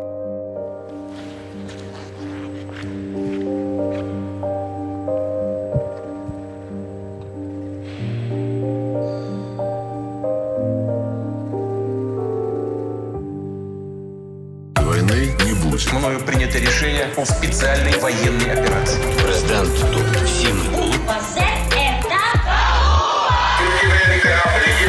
Мы воюем с НАТО. Пацан сказал, пацан сделал, да? Если бы, как предполагалось, украинцы сдались за 2-3 дня, мы бы не увидели такого объединения усилий со стороны Европы. Российская военная машина дала осечку. Это очень плохо спланированная и очень плохо выполненная операция, особенно на первом этапе. Через месяц после начала вторжения Россия оставляет попытки взять Киев. Северный украинский фронт ликвидирован. Войска отступают из Житомирской, Киевской, Черниговской и Сумской областей. Если вы говорите, что русские солдаты – это люди.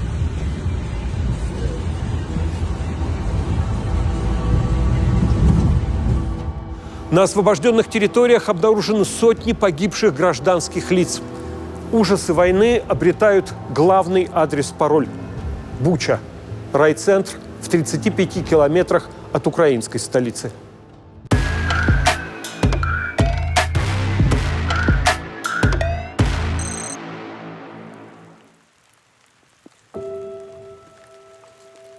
Много братских могил. Десятки тел лежат прямо у домов. По всему миру расходятся фото и видео трупов на улице Яблонской в Бучі. Позавчора нарахував тут 21 особу, яку розстріляли. В пригородах Киева часто коттеджные поселки. На домах оставались камеры наружного наблюдения.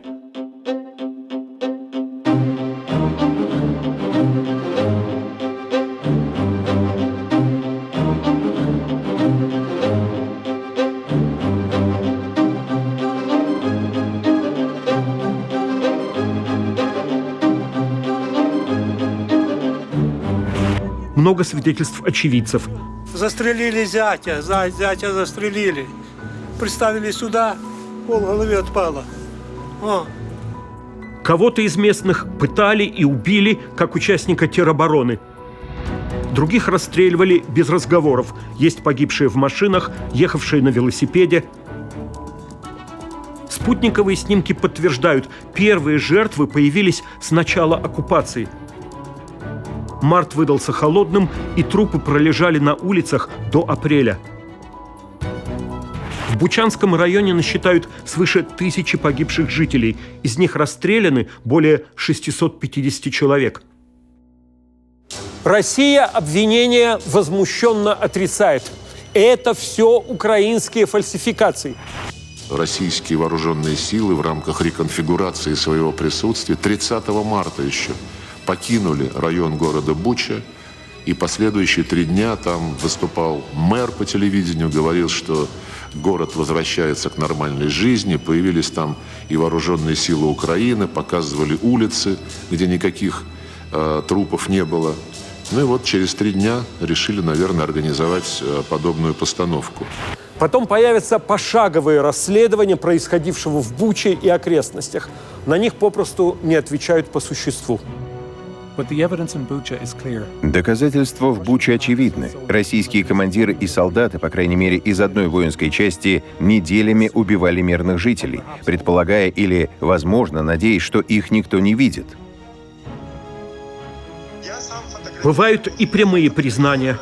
И вот эти вот 3 человека, которые были расстреляны во дворах, один в подвале, второй во дворе, 3 тоже во дворе, а 3-го я застрелил. По словам жителей Андреевки, 3-м расстрелянным 12 марта вместе с Виталием Кебукевичем и Вадимом Ганюком был Руслан Еремчук, который жил с ними на одной улице.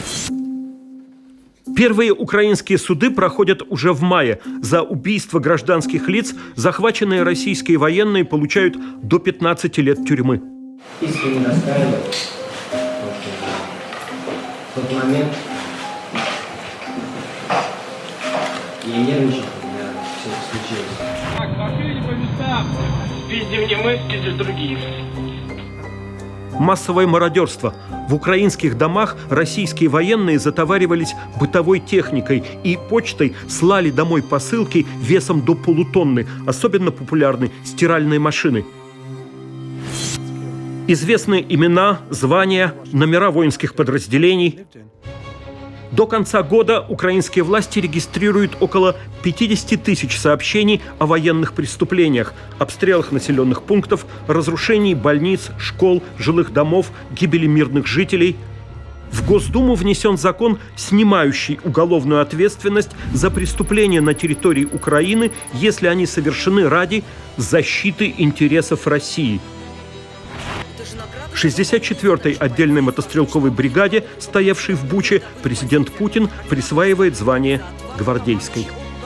За массовый героизм и отвагу, стойкость и мужество, проявленные личным составом бригады в боевых действиях по защите Отечества и государственных интересов в условиях вооруженных конфликтов, постановляю присвоить 64-й отдельной мотострелковой бригаде почетное наименование «Гвардейская».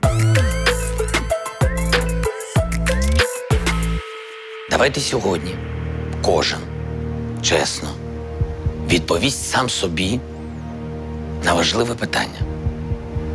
Хто я? Президент Украины. Картина российского вторжения, западное сочувствие Украине и грамотная тактика публичного поведения делает мировой медиазвездой Владимира Зеленского. Президент Украины сочетает в своем образе ипостаси несгибаемого верховного главнокомандующего сражающейся страны и неутомимого сетевого инфлюенсера.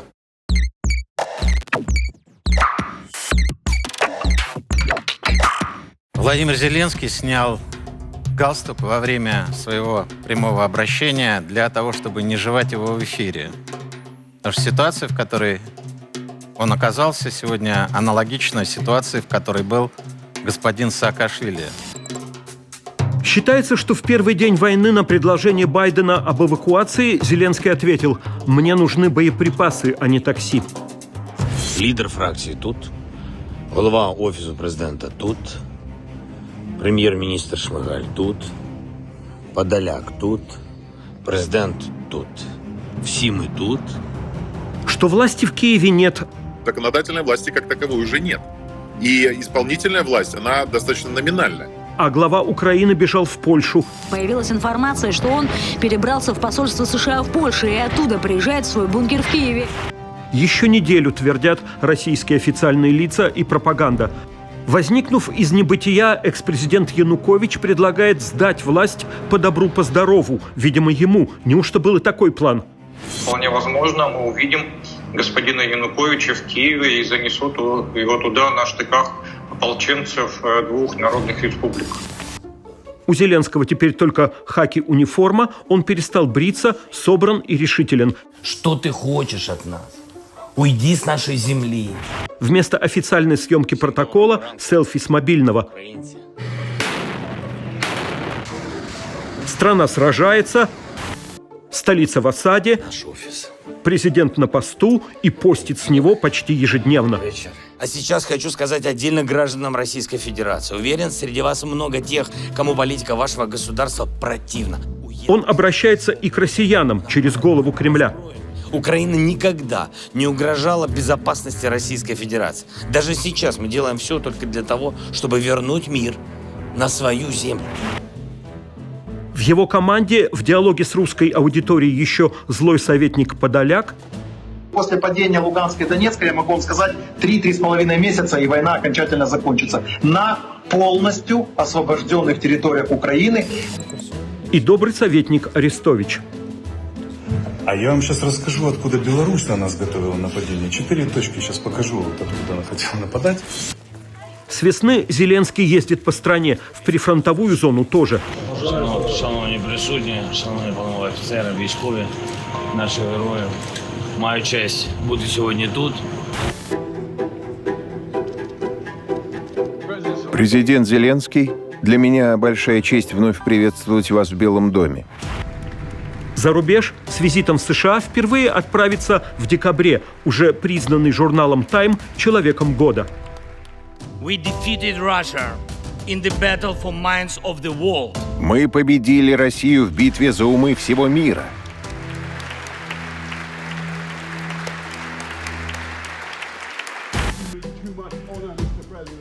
При рабочем английском он подчеркивает частные отношения с западными политиками и звездами. Записывает обращение для Каннского кинофестиваля и для музыкальной премии Грэмми.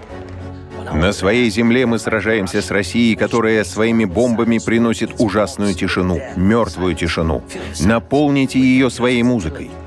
Роль, не предусмотренная ни одним из сезонов сериала «Слуга народа». Патек Филипп, Вашерон Константин, Бриге, Хубло. Знаете, кстати, кто такие носит? А кто? Путин. Путин Хубло? Да.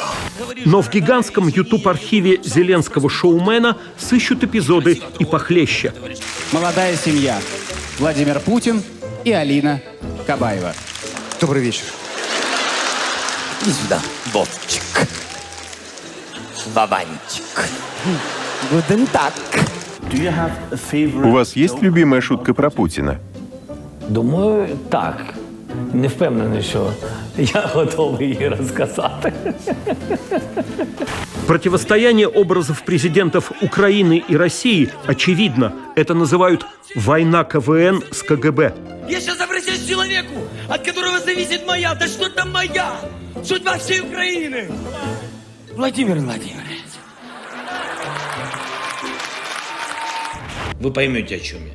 Мне не 70 лет. У меня точно есть время. Но я тут ненадолго. Потому что, снова говорю, мне не 70 лет.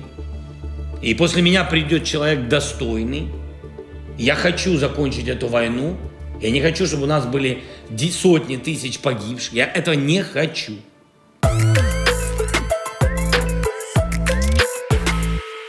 А ведь, по сути, Россия и Украина сейчас – это разделенный народ. Я считаю, что это наша земля. Мы будем вместе, русские, украинцы, белорусы, весь наш многонациональный российский народ.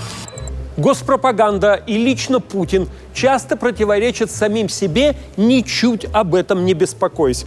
Вещая в мире, где они монополисты, можно сколько угодно менять правду. То украинцев вроде как вовсе нет. Они с русскими один народ и ждут освобождения от киевской хунты. В Харькове, когда раз обесточили город, замечательно, потрясающе, еще больше надо обесточить. Если там осталось гражданское население, следовательно, это не наши братья. То украинцы еще как есть, и с властью своей заодно. Выродки, пораженные неонацизмом, который за несколько поколений не вывести. Украинский народ. Частью оболваненный, частью одурманенный. А частью взятый в заложники. Нацистами всех мастей.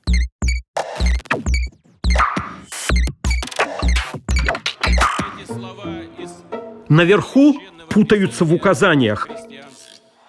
И на местах все напоминающее про Украину выглядит протестом. Синий и желтый цвета флага страны-противницы поодиночке еще ничего, а вместе явная крамола. В Якутске утилизуют сиденья на стадионе, в Калининграде перекрашивают эмблему аэропорта, в Ставрополе избавляются от подозрительного граффити, за неправильный маникюр в Ялте и враждебные кроссовки в Москве людей задерживает полиция.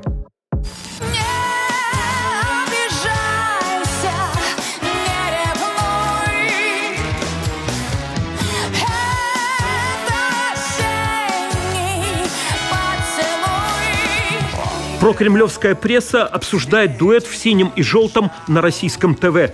Это совпадение или сознательная провокация? First through the hatch is Denise Matveyev. О российских космонавтах, прилетевших на МКС в желтых комбинезонах с синими нашивками, пишет мировая пресса. Для нее сине-желтый – явный знак поддержки Украины. Почему у вас желтые костюмы, а у экипажа, которые на МКС, серые? Ну и чтобы не были все одинаковые, каждый экипаж выбирает такой, чтобы не одинаковые были.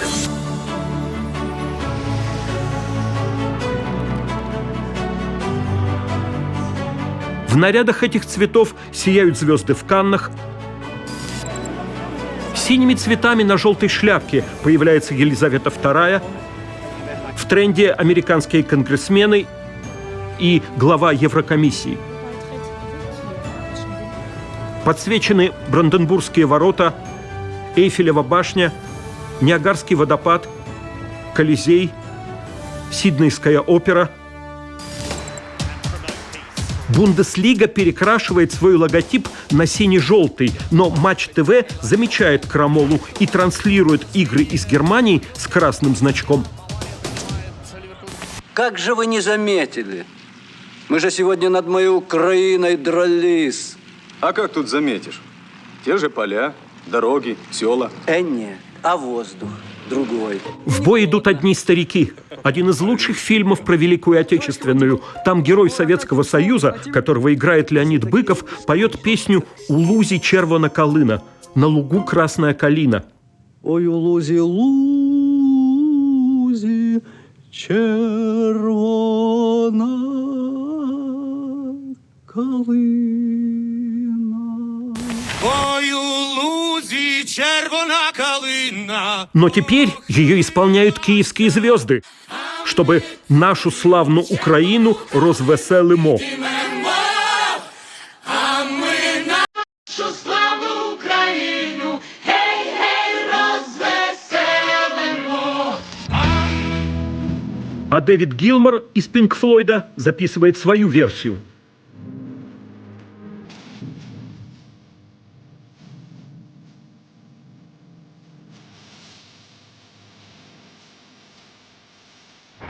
Российский суд признает сочиненную в 1914 году песню боевым гимном экстремистской организации. За червону калину штрафуют и сажают на 10 суток.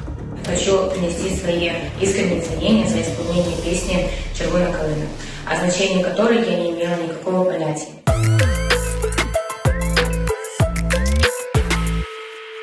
Считая виновником войны лично Путина, его режим, нынешнее российское государство, невозможно полностью снять ответственность с граждан страны. Ведь это они все допустили. Они служат в армии, значительная их часть явно искренне поддерживают агрессию. Where are you from?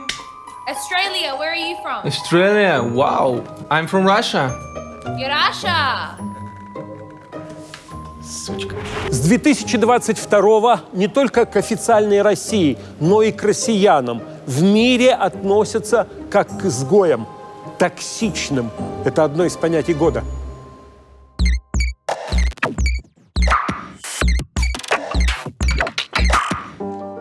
До пандемии россияне получали по 4 миллиона шенгенских виз в год, больше всех в мире. В то время как эти люди едут посмотреть на Бранденбургские ворота, другие люди гибнут под бомбами Российской Федерации.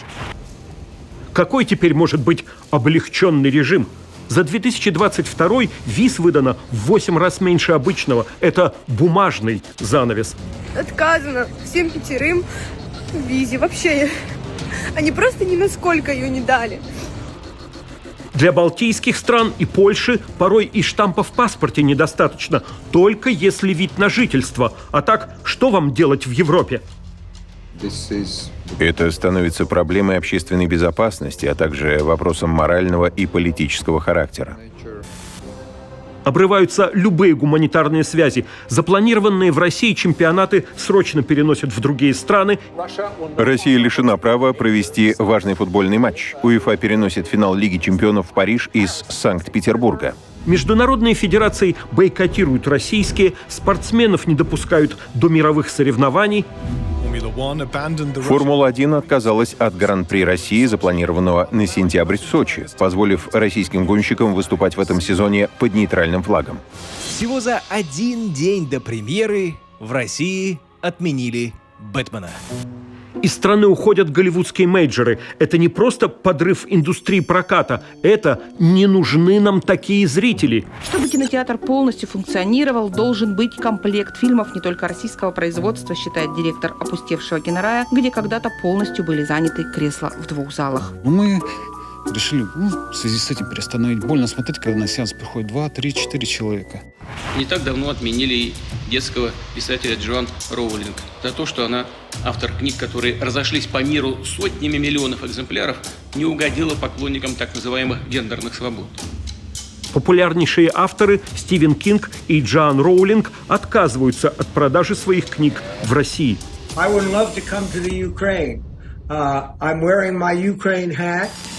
Токсичным могут счесть и культурное наследие.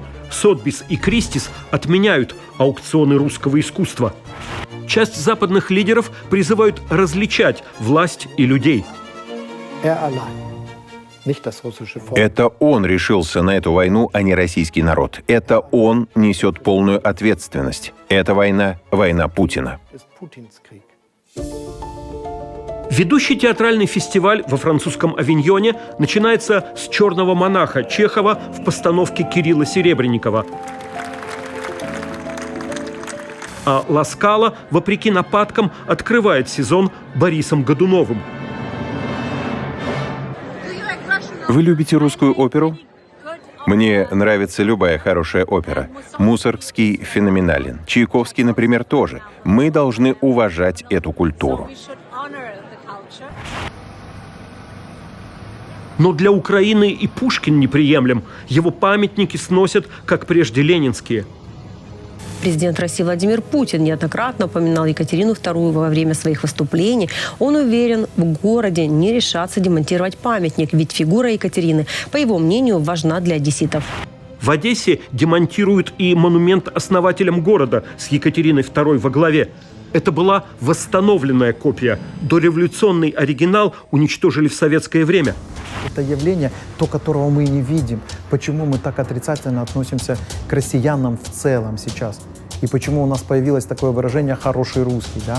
Потому что мы не видим вот этого осознания, что войну нельзя остановить только потому, что внутри ты ей не сочувствуешь.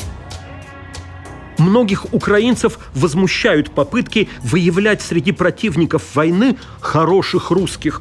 Само понятие издевка. Что за бред? Все они рашисты. Поэтому всех хороших русских нужно сейчас очень четко делить. Осознаешь причины, не осознаешь причин. Все хотят, или большинство из них хотят 23 февраля, только без Путина. А так, чтобы все было то же самое. Ядерное оружие, та же Россия в тех же границах, с той же политикой, с той же амбицией, да. Но только чтобы на бутылку не сажали, и как бы и без Путина все. Выдающийся современный украинский кинорежиссер Сергей Лазница выходит из Европейской киноакадемии из-за ее недостаточно резкого осуждения войны. А потом самого Лазницу исключают из Украинской киноакадемии за противодействие запрету российских фильмов. Очень жаль, что некоторые члены Украинской киноакадемии сделали такой для себя выбор. Получая награду в Каннах, Лазница вновь выступает против культурного бойкота. Нужно четко делить. Есть пропагандисты, есть такие одиозные типы, которые, как Бесогон, например, и другие. Ну так мы же о них не говорим. А есть люди, которые продолжают традиции русской культуры. Зачем нужно издевательски это все клеймить?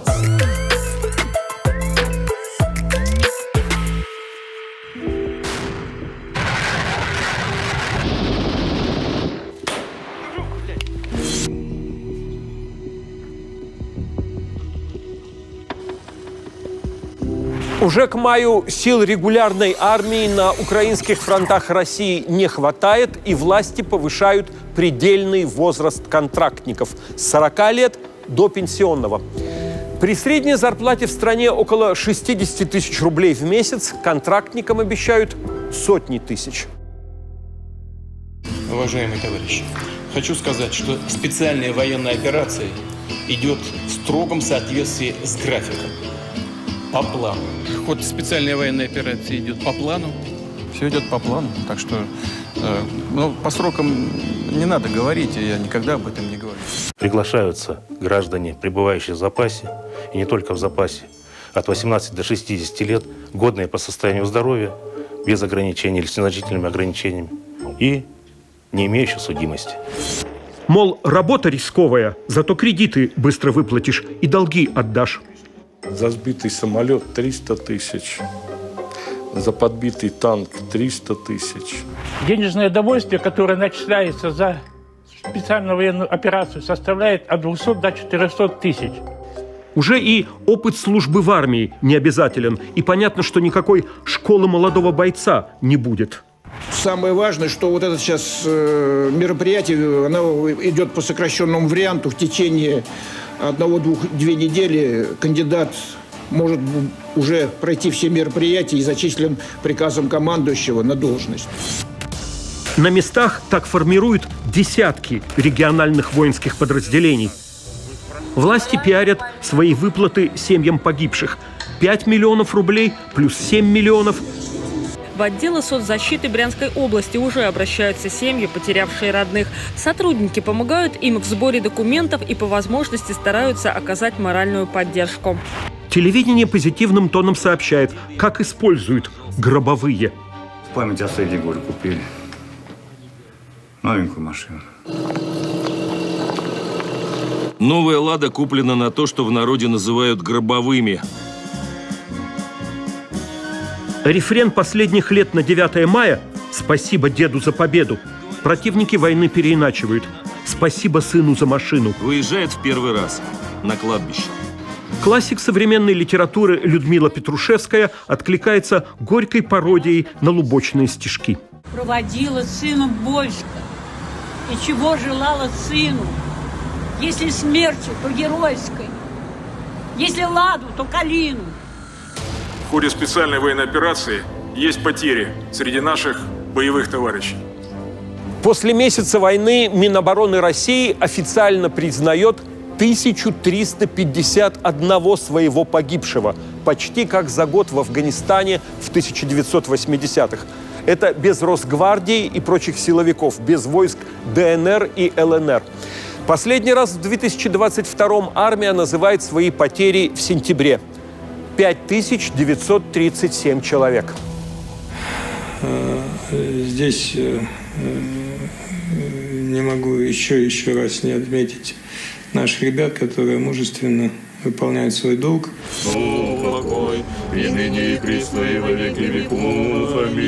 Полгода прослужил по контракту, но геройски погиб. Поначалу в похоронах участвуют губернаторы, потом все будничнее.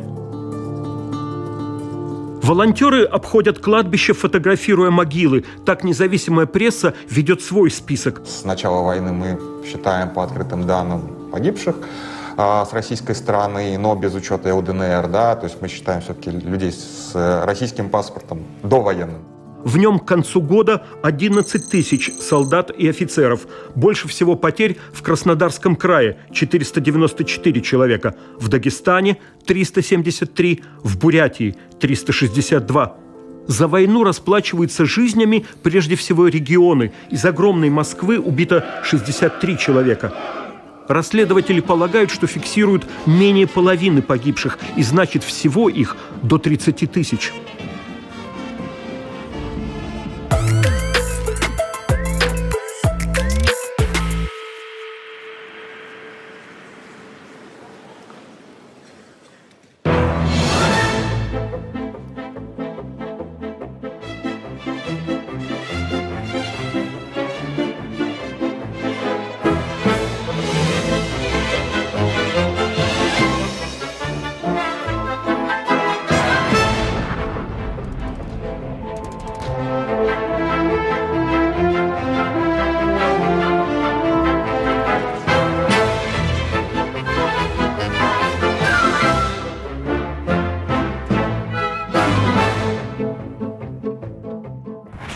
Великобритания в 2022-м несколько раз становится мировым лидером новостей. И всегда из-за событий, связанных с особенностями политического устройства Соединенного Королевства. Так, это был год 3 премьеров. Причем в стране не проходили выборы. Главы правительства подавали в отставку со сменой лидера правящей консервативной партии.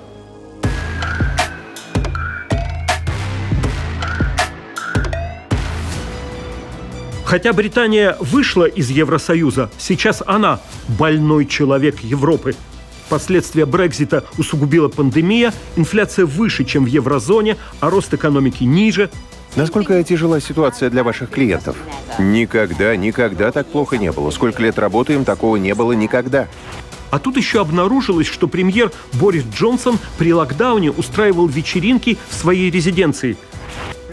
Напомню, эти вечеринки проходили в то время, когда страна боролась с ковидом.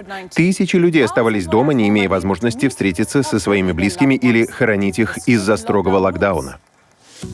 Глава правительства отнекивается. Нет, господин спикер, в отчете правительственной комиссии этого нет. В отчете комиссии этого нет. Давайте дождемся завершения расследования. потом признается и платит штраф. Вскоре, протестуя против партийного назначенца, со своих должностей уходит более 50 министров и других крупных чинов. Это кризис доверия, и Джонсон подает в отставку. Наша великолепная дарвиновская система произведет на свет другого лидера, столь же приверженного тому, чтобы в трудные времена вести страну вперед. Москва вдогонку комментирует: Он очень нас не любит, мы его тоже. у консерваторов парламентское большинство. Они спешно выбирают нового лидера, а значит и премьера Лиз Трасс. Для нашей экономики у меня 3 прироста. Рост, рост и рост.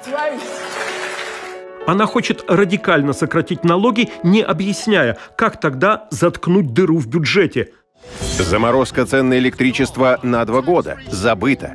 Покупки tax-free. Забыто. Уровень доверия к экономике. Забыто. Я боец. Я не сдамся. Отбиваясь от критики, объясняет сложности Путиным и войной. Во времена большой экономической и международной нестабильности семьи и бизнес обеспокоены тем, как оплачивать счета. Незаконная война Путина с Украиной угрожает безопасности всего континента. Ее поднимают на смех.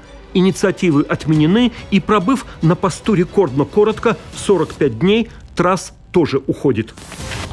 Я останусь на посту премьер-министра до тех пор, пока не будет выбран преемник. Спасибо. Новый лидер консерваторов Риши Сунак.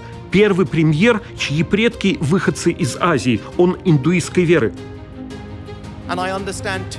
И я понимаю, что предстоит много работы, чтобы восстановить доверие после всего произошедшего.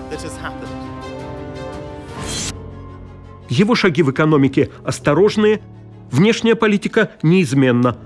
Я наберу, да, конечно. Созвонимся через неделю или 2, да-да, я буду ждать. Мы вместе за этим следим. Сунак заверяет украинцев, что бы ни случилось, Соединенное Королевство – ваш самый сильный союзник. Прежде всего, мы очень четко заявляли это в течение длительного времени, что, когда речь идет о военной помощи Украине, ничто не исключено. Для российской пропаганды эта сменяемость – чехарда, свидетельство слабости Запада. Мол, то ли дело наша стабильная власть.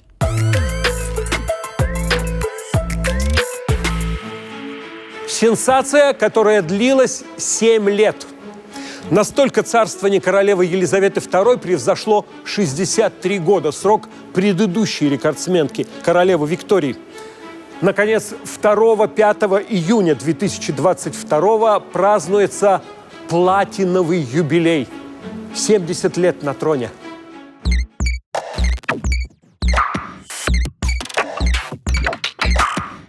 I here present unto you Queen Elizabeth, your undoubted queen. Wherefore all you who are come this day.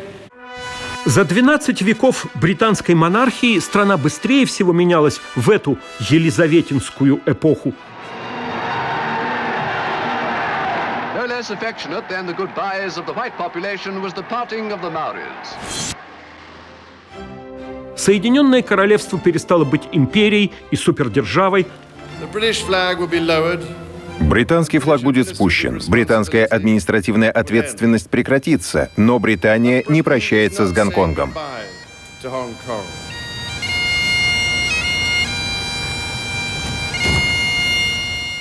Торжественно вошло в Европейский Союз. Начало очередного этапа в строительстве новой, большой, объединенной Европы.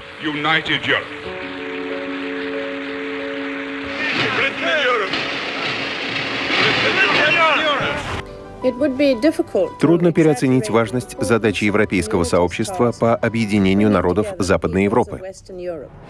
И скандально из него вышло. В рамках свободного демократического процесса британский народ выразил желание покинуть Европейский Союз. Королевская семья, оставшись одной из священных скреп, превратилась в кружок селебрити со своими интригами, романами и разводами. Впервые в современной политической истории Королевский дворец был вынужден объявить о разводе наследника престола.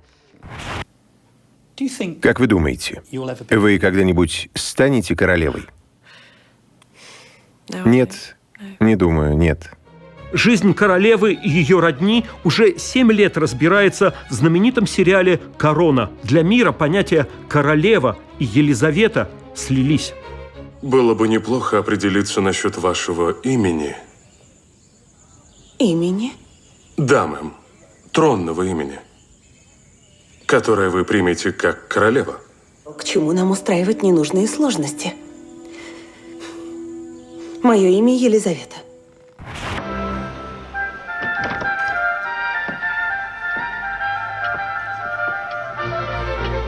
Mr. Bond, Your Majesty. Good evening, Mr. Bond.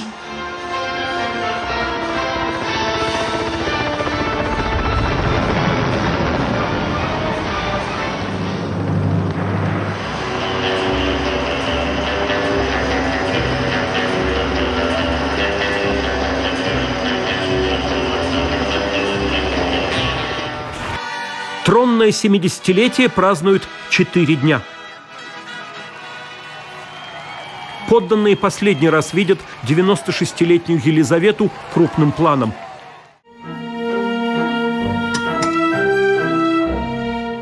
Tea? Oh, yes, please. В юбилейном ролике с медвежонком Паддингтоном она играет любезность, удивление, сожаление, умиление, благорасположение, чтобы услышать «спасибо за все». Happy Jubilee, ma'am. And thank you for everything. И чайной ложечкой отстучать по английскому фарфору ритм суперхита группы Queen «Королева».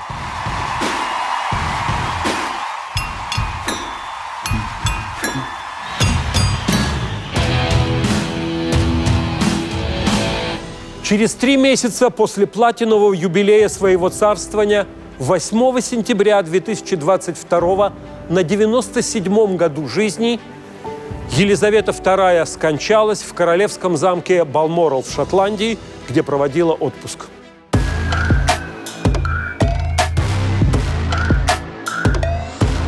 Последняя съемка за 2 дня до кончины. Королева, опираясь на трость, дает аудиенцию при назначении нового премьер-министра, 14-го на ее монаршем веку. Смерть Ее Величества Королевы – огромное потрясение для нашей страны и для всего мира. Официальное сообщение обнародовано через 3 часа после смерти, а дальше все по давно разработанному плану. Траурный кортеж,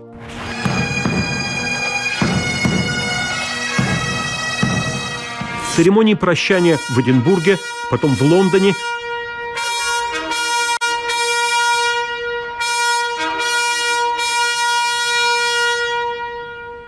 Где люди по полсуток ждут в очереди. Государственные похороны и погребения в часовне Виндзорского замка.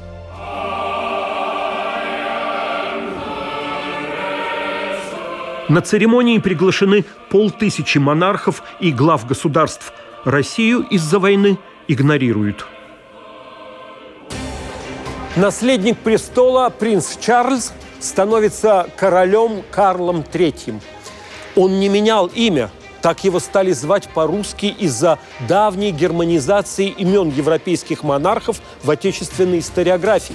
Предыдущие 2 британских Карла из династии Стюартов, оба в 17 веке, на самом деле тоже были Чарльзами. Королю 73 года. В таком пенсионерском возрасте еще никто не становился британским монархом. Она подала пример самоотверженного служения долгу. И я полон решимости верно следовать ему с Божьей помощью и с вашими советами. Все эти годы Чарльз был под неусыпным всеобщим вниманием, особенно из-за женитьбы на принцессе Диане.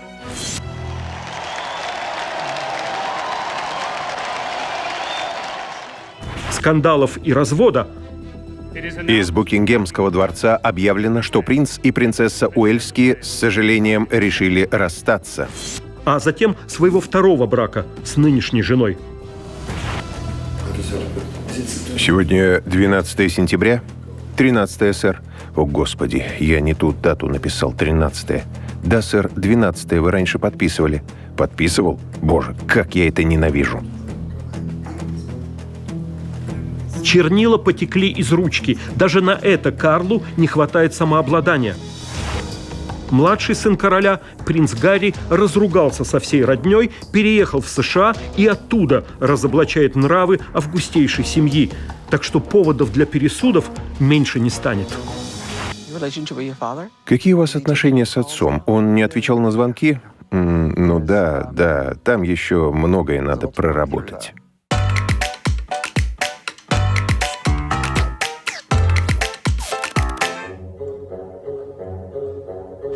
Говорить «добрый вечер» неуместно, поэтому здравствуйте. Гражданин-поэт. Теперь с Артуром Смолениновым можем повторить. 26 марта Париж, 29 марта Барселона, 2 апреля Бенидорм, 4 апреля Марбелья. Гражданин-поэт выступит живее всех живых.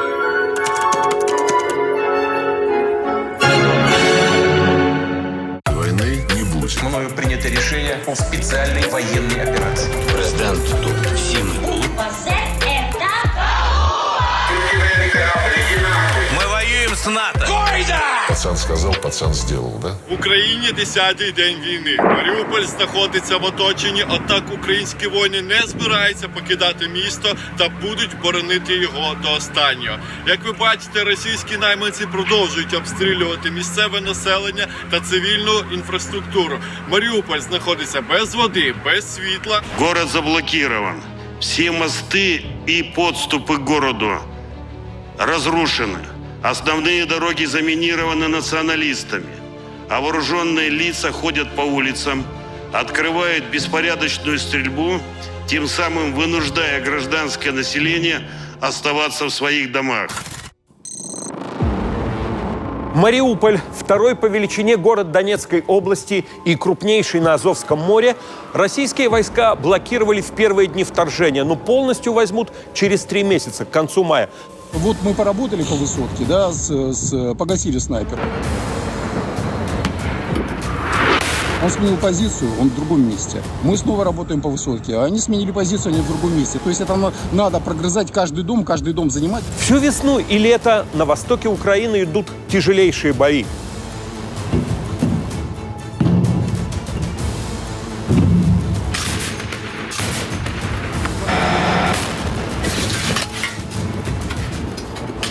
Хотя здесь у российской армии лучшие возможности для наступления, продвижение слишком медленное. Это затяжная война, к которой Москва не готова.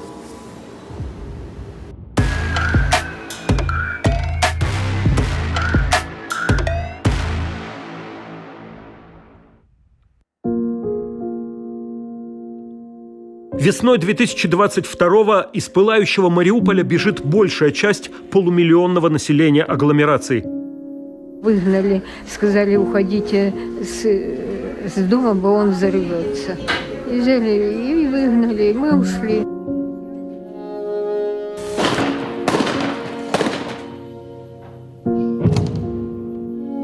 Оставшиеся гибнут под обстрелами.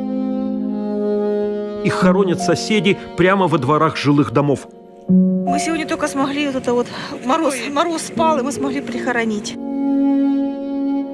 Очень сложно уехать в автобусе. Надеемся, что сейчас ажиотаж спадет на эвакуацию, и мы сможем уехать легче немного. И сегодня же в нашей Минобороны сообщили, разблокирован Мариуполь. В результате удалось начать массовую эвакуацию мирных жителей, которых нацисты использовали как живой щит. Штурм города распиарен в России как освобождение. Скажи, пожалуйста, брат из Перми, здесь будут русские дети кататься? Куда они денутся? Куда они денутся? Выбьем нацистов, и здесь все будет русское. Здесь и так все русское. Точечно уничтожены практически все огневые точки, оборудованные неонацистами в пригородных районах Мариуполя. Есть. Молодцы! Один за другим идут рапорты о взятии очередного рубежа. Под обстрел попадает Мариупольский роддом. Это была база ультрарадикального батальона «Азов». Эти данные были предъявлены 3 дня назад. Поэтому делайте выводы сами. Каким образом манипулируются общественные мнения во всем мире.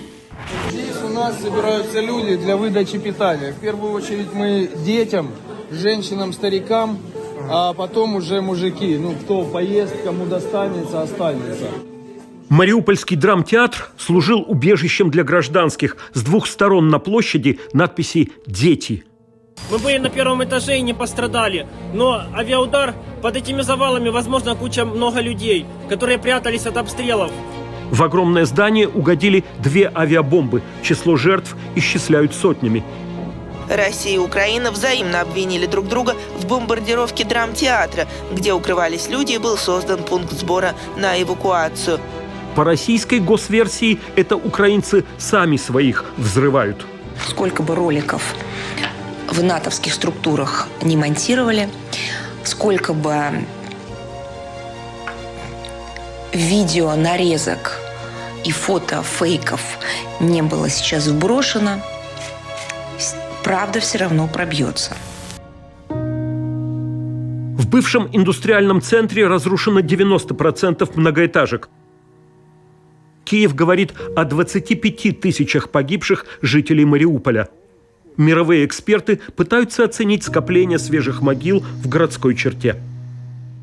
Выдвигаемся на рубеж Азовстали, где заблокированы все нацисты, азовцы, эти шайтаны. Мариупольский металлургический комбинат «Азовсталь» 11 квадратных километров, целый город в городе. В цехах и в тоннелях под ними обороняются несколько тысяч украинских военных, в том числе полк нацгвардии «Азов», 8 лет назад сформированный в Мариуполе.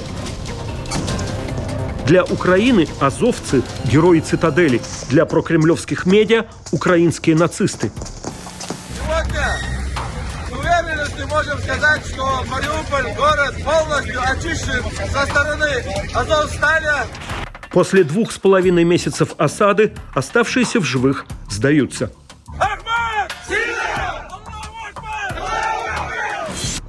Эти кадры в среду утром распространила российская Минобороны. По его данным, за сутки с Азовстали вышли и сдались в плен около 700 украинских солдат, в том числе и тяжелораненые. Всего же, по последним данным, с понедельника с завода могли выйти около 1000 человек. Оказались жалкими, трусливыми ничтожествами.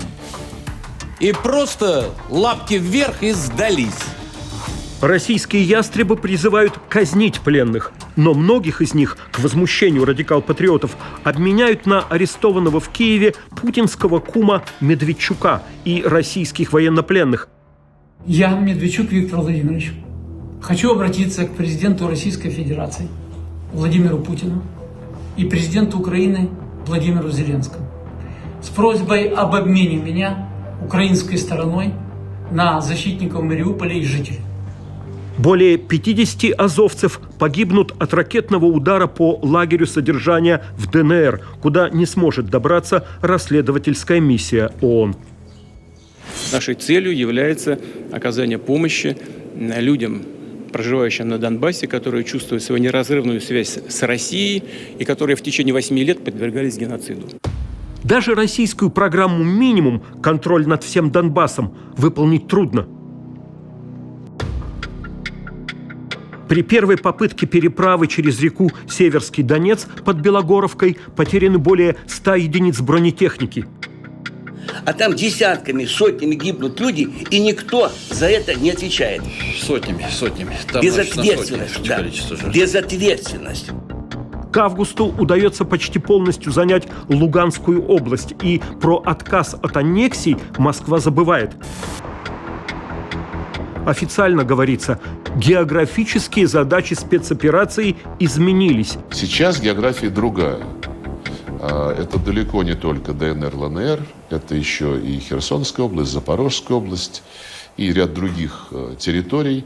И этот процесс продолжается. Мариуполь отстроили после Великой Отечественной. Город стал настоящим красавцем. Безусловно, получится это и сейчас, ведь все, что для этого нужно, у нас есть. Столбя свое место в военном пиаре, губернатор Санкт-Петербурга Беглов объявляет вверенный ему город побратимом Мариуполя. Мол, культурная столица России восстановит Мариупольский драмтеатр, уничтоженный бандеровцами. Прежде всего, я хотел поблагодарить строителей, которые работают из Санкт-Петербурга здесь, в городе побратиме Мариуполе.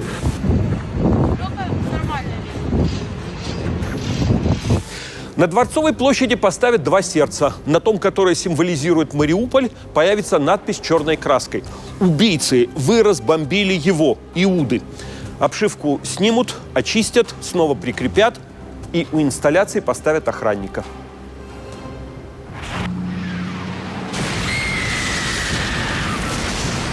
Прям как в блокаду, ад на земле. У кого ад в душе, несет только ад людям. Совсем другой влиятельный питерский Олег Куваев в своем многолетнем сериале про Масяню очередной эпизод называет «Санкт-Мариубург».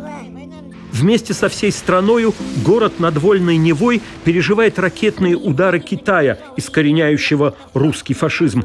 В параллельной мультреальности россияне записываются в тероборону, а их семьи бегут в соседнюю мирную страну. Я специально поближе ко входу развел. Если что, быстро текаем в подвал. А ваши-то где все? Мои все в Украину эвакуировались. Сестра под Киевом в Буте, а жена с детьми в Мариуполе. Ну отлично. Там им будет хорошо.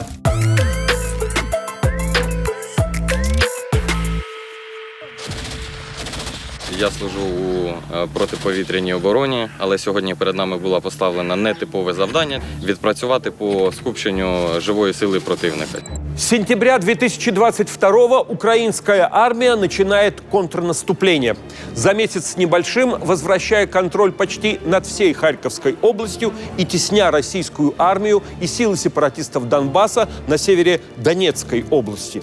Киевские власти уже объявили о том, что они начали и проводят активную контрнаступательную операцию. Посмотрим, как она будет результат, чем она закончится. Поражение, которое не скроешь, заставляет искать виновных. Впервые с начала войны. Володька, что там информбюро сообщает? Опять наши попятились? Наши-то? Оставили города Купянск и Изюм. Изюм? Изюм ел. А чтобы город не слыхал, нет. Пане президент, пане головнокомандуючий, місто Балаклія, Харківської області взято під контроль. Начав 6 сентября с города Балаклеи, Украина возвращает себе несколько десятков населенных пунктов, включая крупные райцентры Харьковской области Купянск и Изюм. Задача этой оборонной операции была рассечь силы врага и продвинуться вперед. Собственно, эта цель была достигнута, и в связи с тем, что это успешная операция, принято решение ее продолжать. На севере региона российские войска уходят за украино-российскую границу. Вижу, как на площадь въезжает БТР с украинским флагом. Честно, сердце сжалось, я разревелась. В кожному, мабуть, третьому будинку проживали військовослужбовці Російської Федерації і за собою залишають боєприпаси, патрони та інші предмети, котрими вони користувалися. На юго-востоке, избегая окружения, они отступают, бросая технику, боеприпасы и снаряжение. Ну що, друзі, знімаємо новий ленд-ліз знов від москалів. В Донецкой области ВСУ берут назад Светогорск. Зайшли в місто Святогірськ. Крок за кроком, метр за метром ми звільняємо нашу землю від окупанта. А всего потеряны почти 10 тысяч квадратных километров, захваченных Россией весной. В цьому кабінеті працював керівник так званої поліції Куп'янська, з собою він привіз плакати, герби і навіть грамоти. Минобороны называет это перегруппировкой войск. С этой целью в течение 3 суток проведена операция по свертыванию и организованной переброске изюмско-балаклейской группировки войск на территорию Донецкой Народной Республики. В ходе этой операции проведен ряд отвлекающих и демонстрационных мероприятий с обозначением реальных действий войск. Возмущены даже официальные СМИ и депутаты Госдумы, заявляя о проигранных сражениях и позоре. Да, действительно, многие говорят, что на месте бы министра обороны, который допустил до такого положения дел, просто мог бы как офицер застрелиться. Z-активисты обзывают министра обороны Шойгу фанерным и предлагают застрелиться. Редкостное сочетание дурака, вора и мерзавца, тупого как пробка. Вот у нас на посту министра обороны. Хозяин частной военной компании ЧВК «Вагнер» Пригожин сравнивает своих наемников, фронтовых пахарей, с высшими кадровыми офицерами, которые не научились ничему, кроме как каблуками щелкать, цацки носить и красивые доклады писать. Ассаламу алейкум. Приветствуем всех. Это опять я. Опять с вами, Дон.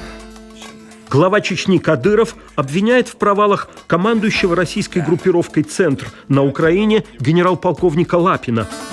Лапин бездарь. Его покрывают наверху руководители в Генштабе.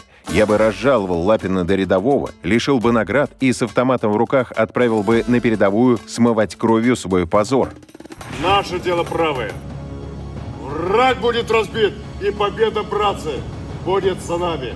Неслыханные поношения армейских при статье о дискредитации вооруженных сил проходят безнаказанно. Кадыров еще гневно спросит: каким образом Лапин получил звезду за взятие Лисичанска, в котором он даже не был? И наблюдатели говорят, у главных ястребов уже своя партия войны, конкурирующая с Минобороны. Кадыров и до войны был единственным госдеятелем, который высказывался резче высшей власти в России. В войну он продолжает эту линию. Сейчас Киев, дальше что? Сейчас Киев, дальше кто будет лезть на нашу страну, видно будет. У военкоров, журналистов провластных СМИ и блогеров свои лицензии на окопную правду, которая может расходиться с Минобороновской. А самый радикальный патриот – внезапно вышедший в паблик Евгений Пригожин. После чувствительных поражений на войне уже все средства хороши. Экс-хозяин ресторана на теплоходе, ныне хозяин частной военной компании, превращает в героев-уголовников, ставших наемниками. Пластиковые елочки. Но здесь все по-настоящему. Сюда ребята, когда первый раз приезжают, говорят, здесь все по-настоящему. В середине 2010-х пресса называла Пригожина поваром Путина. Считается, что он познакомился с президентом, кормя его в своем петербургском заведении.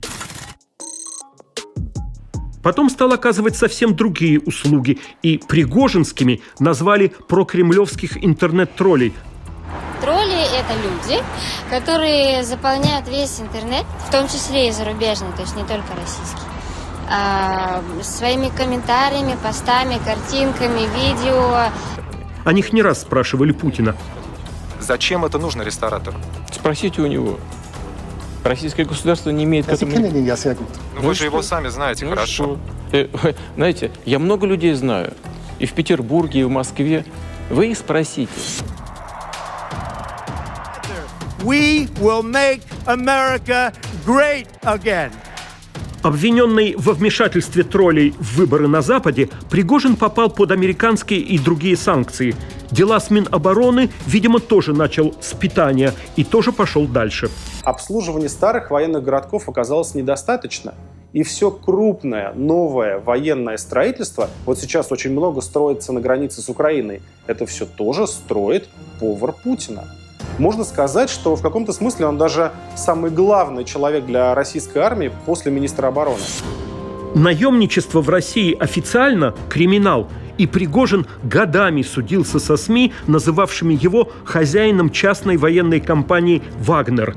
Мы находимся с Пригожиным в судебном процессе. Мы проиграли 2 инстанции.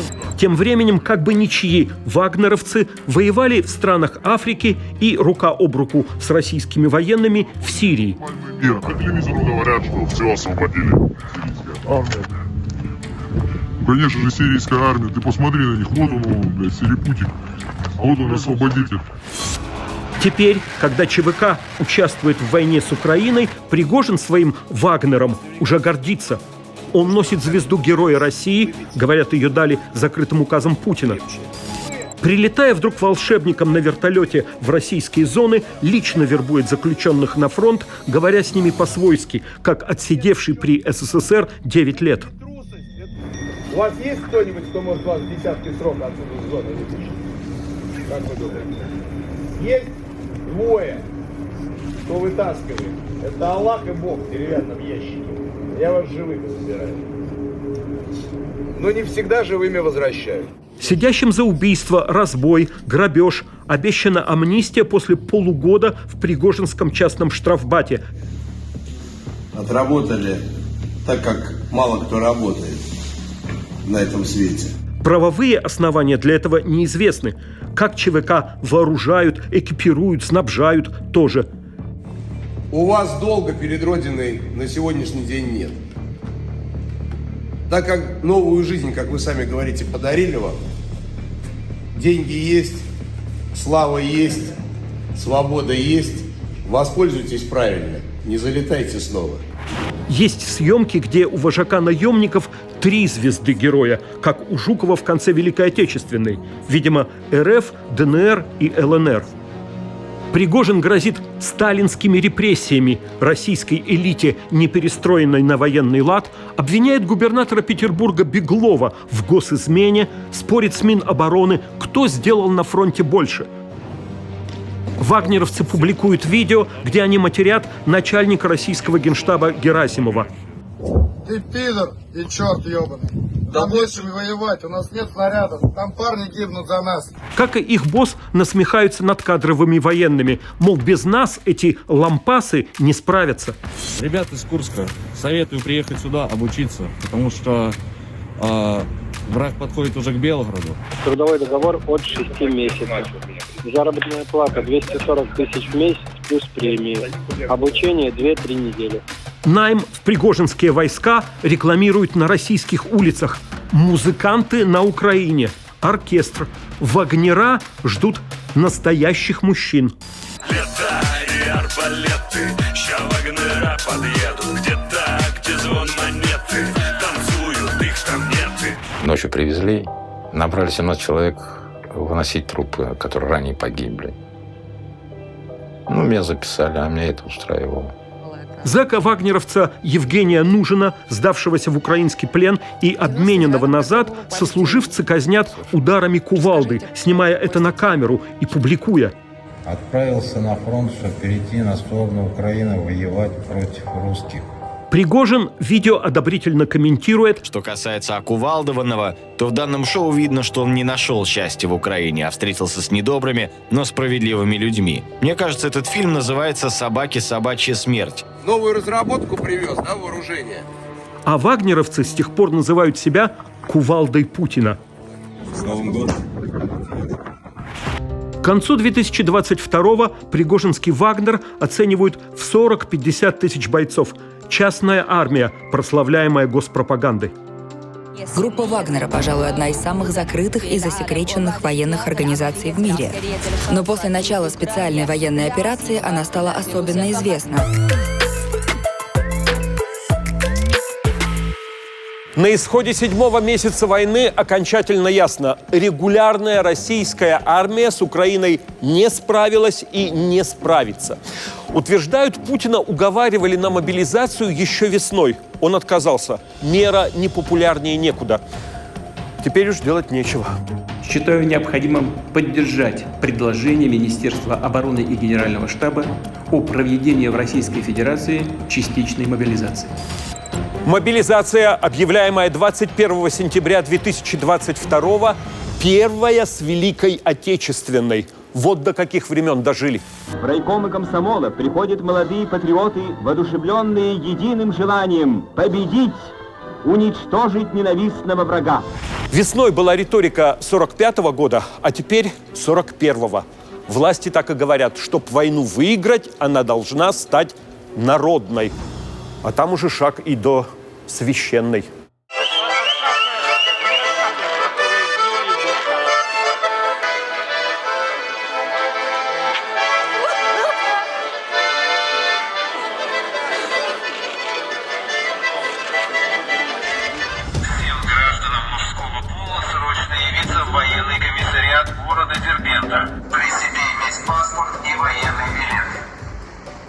скажите, что это за идиоты? Всем гражданам мужского пола срочно прибыть в военный комиссариат, при себе иметь военный билет. Вы что, дебилы, а? В военкоматах данные в беспорядке. Мобилизуют всех без разбору, чтобы выполнить спущенный сверху план. Утром спросонья получил. Домой привезли? Да. В 7 утра. Дали время собраться? Сколько? Нет, сказали в 11, что приехал. Я говорю, как работа? Говорит, оповестите, и все. Я приехал на работу, всех оповестил, уехал. Речь идет именно о частичной мобилизации. То есть призыву на военную службу будут подлежать только граждане, которые в настоящий момент состоят в запасе. Сказано «с военной специальностью», а уже несколько поколений не служили из-за вузов, отсрочек, взяток, медкарт и прочих отмаз. О, здравствуйте, Дедушка Мороз. Здравствуй, Дмитрий, здравствуй. Ты же Дмитрий? Я Дмитрий. Фоменко? Он самый. Ну, держи, Дмитрий Фоменко. А чего это у вас там? Повестка чего?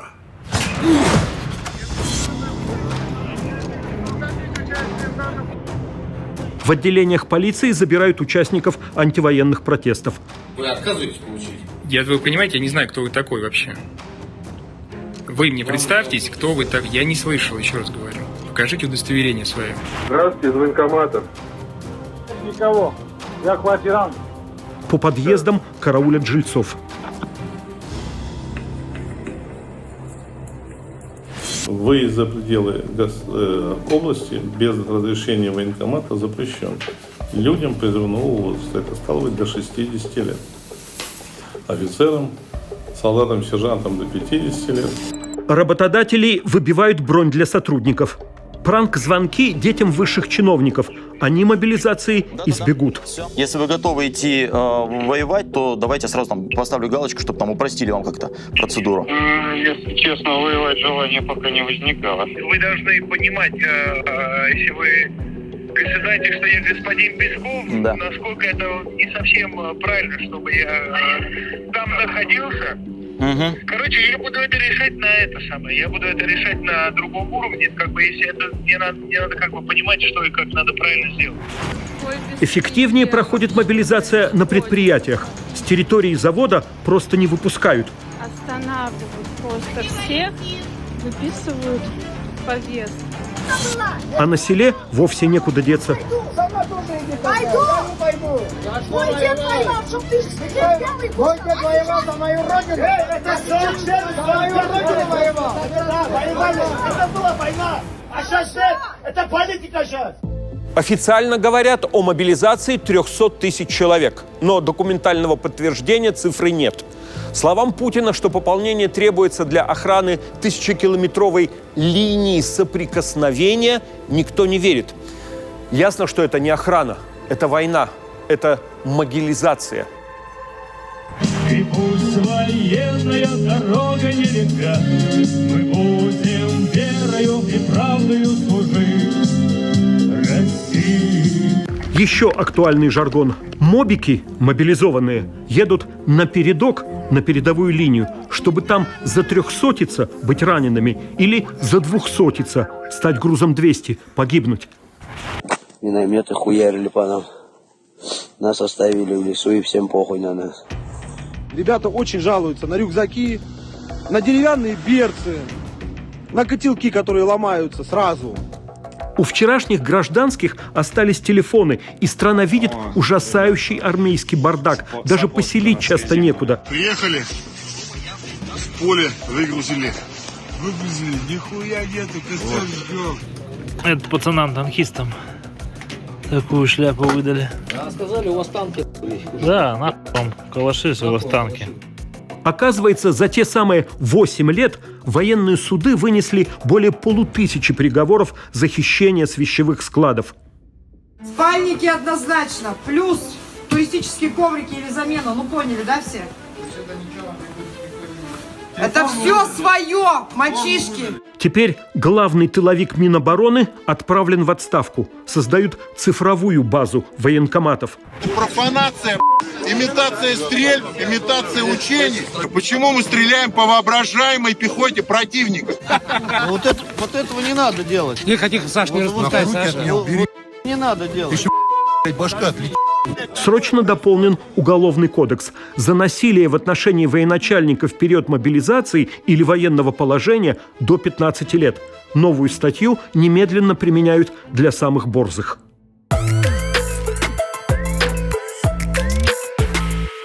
В Махачкале, в Дагестане полная яма. Знаете, что делать?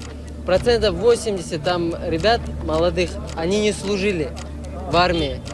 Прям с улицы, с машин вытаскивают ребят, оформляют им военные билеты и отправляют на войну.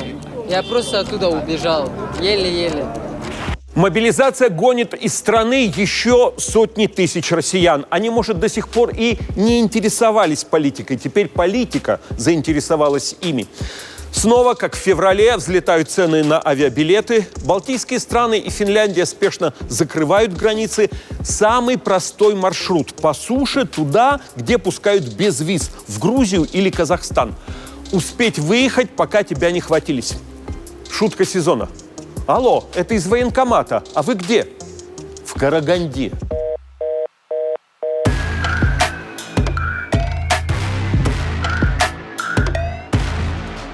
На погранпунктах километровые очереди. В них стоят сутками. Мы с Владикавказа шли пешком до границы. Там тоже стоит пробка километров на 20. Это миллениалы. Я не хочу умирать за режим. Я не считаю его правомерным. В общем-то, он преступен. И зумеры. Был большой стресс пересекать границу, но сейчас все хорошо. Выросшие при Путине, заставшие только жизнь с интернетом и без начальной военной подготовки. Сначала мы ехали на машине, потом поняли, что на машине это займет неделю, если не больше. Бросили машину и пошли пешком. Да. Пешком это тоже заняло около суток, что было тяжело, мягко говоря. Власти пытаются разворачивать мобильные военкоматы прямо на границах, чтобы в последний момент все же заставить взять повестки. На границе с Грузией работает, это я вам цитирую, оперативная группа по призыву, в их числе представители военкоматов и органов представительной власти. Они на выезде проверяют, военно обязанный ли человек, подлежит ли он призыву. И если есть данные о том, что подлежит, то в этом случае ему вручают повестку. На той стороне, в Монголии, россиян приветствует бывший президент. Прежде всего, хочу вас уверить, мы хотим вам помочь. Грузия подтверждает, въезд россиянам не ограничиваем. Эти мигранты для нас очень кстати. Половина, а скорее большинство из них очень молодые, технологически подкованы, образованы. В Казахстане президент призывает заботиться о беглых соседях. Касым-Жомарт Токаев призвал казахстанцев проявить толерантность к приезжающим россиянам. В приграничном Уральске для россиян устраивают временное жилье. Москвичи с распростертыми объятиями встречают приезжих. Например, в этой красивой новостройке делают ремонт гости из Средней Азии – Равшан и Джумшут.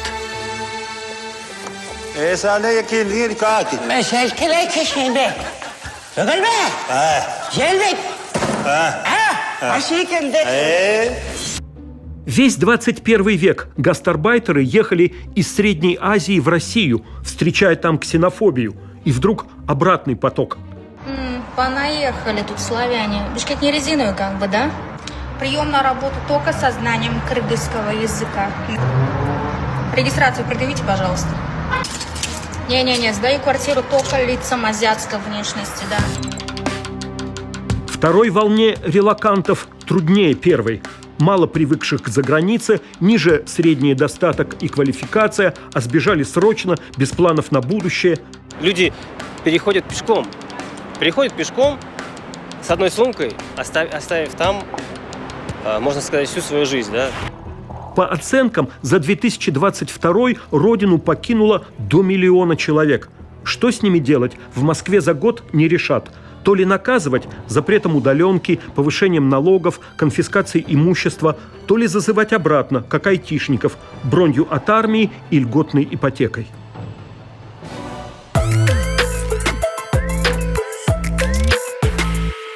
Никакие ракеты с нашей территории туда не летают. И не нужно.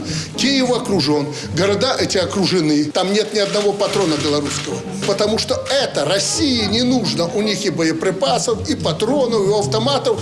И людей хватит для того, чтобы решить те проблемы, которые Россия хочет решить. Чем далее идет война, тем очевиднее. Белоруссия и лично Александр Лукашенко теперь находятся под полной опекой Кремля. То, что не удавалось десятилетиями интеграции союзного государства, произошло за месяцы 2022-го. По сути, Минск – это столица Белорусского военного округа российской армии.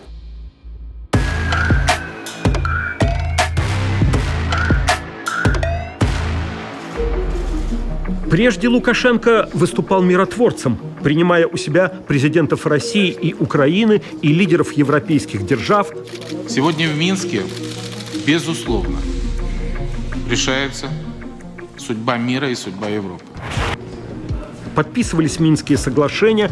Мы знаем, понимаем и уверены, что с официальным Киевом мы можем сотрудничать. Белоруссия выходила из международной изоляции. Вы на нас можете всегда рассчитывать, особенно что касается донорства безопасности в нашем европейском регионе. Это событие навсегда останется важнейшей вехой в отечественной истории. Лукашенко не признавал Крым российским. Мол, а иначе мы попадем под санкции, которые Москва ведь не компенсирует. Я готов, если это для вас важно, я готов, вы наш союзник. Вы готовы подставить плечо? Не готовы.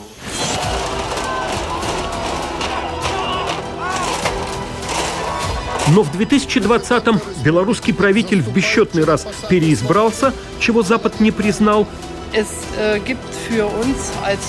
У нас в Европейском Союзе нет сомнений в том, что имели место массовые нарушения закона. Эти выборы не были ни честными, ни свободными, и поэтому мы не можем признать их результаты. В стране прошли свои сильнейшие Майданы, справиться с которыми Лукашенко помог только Путин. Едем из Москвы в Беларусь, в сторону Беларуси по М1. Уже встретили, наверное, третью колонну вот таких вот машин, у которых нету ни номеров, ничего. У них черная форма, типа ОМОНа, но нет ни одного опознавательного знака. Россия предоставит Беларуси в этот сложный момент кредит государственный $1,5 миллиарда. Лично вас благодарю и всех россиян, кто был причастен к тому, чтобы поддержать нас. Мы ни у кого не должны спрашивать, проводить или не проводить у нас учения. Мы проводили и будем проводить. Зимой 2022-го российские войска проводят в Белоруссии совместные учения и там остаются. А потом с союзнического плацдарма вторгаются в Украину, чтобы кратчайшим путем наступать на Киев. Свое соучастие в войне Лукашенко хлопотливо оправдывает задним числом. А я сейчас вам покажу, откуда на Беларусь готовилось нападение. Фраза станет мемом 2022 года. А я сейчас вам покажу, откуда на Беларусь готовилось нападение. И если бы за 6 часов до операции не был нанесен превентивный удар по позициям, 4 позиции, я сейчас покажу карту привез, они бы атаковали наши войска Беларуси и России, которые были на учениях. Поэтому не мы развязали эту войну, у нас совесть чиста. Запад, считая Белоруссию соагрессором, вводит против нее новые санкции. Министерство торговли продолжит ослабление оборонной, аэрокосмической и морской отраслей российской экономики, добавив в санкционный список 120 организаций России и Беларуси. В результате фигурантов, внесенных в список после начала вторжения, будет уже более 200. В стране стоят на дежурстве российские ракетные комплексы С-400 и «Искандер». Мы с Россией договорились, что, наверное, мы оставим С-400, который у нас есть, он с Минска будет видеть до Берлина. В духе путинских угроз Лукашенко отказывается от безъядерного статуса Белоруссии и по привычке продолжает твердить про свой равный статус с Кремлем, хотя бы в качестве изгоев.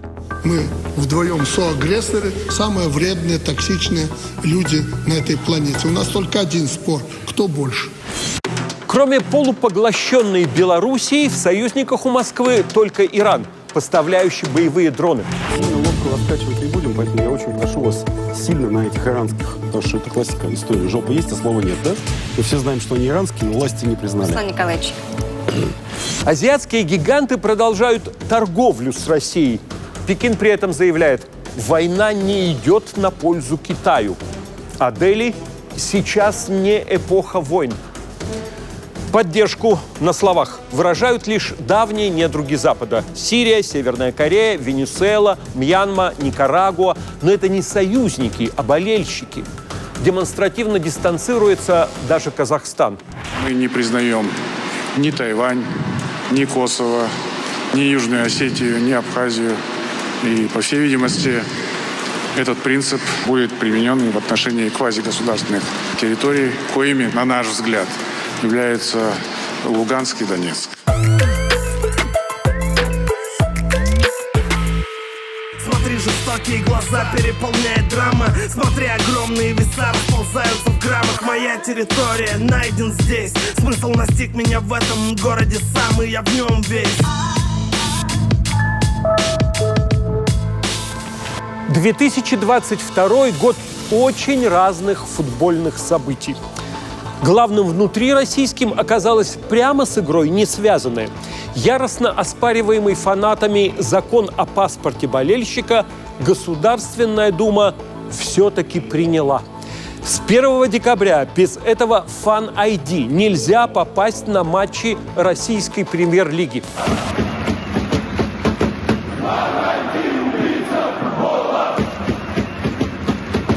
Фанатские движения бойкотируют стадионы.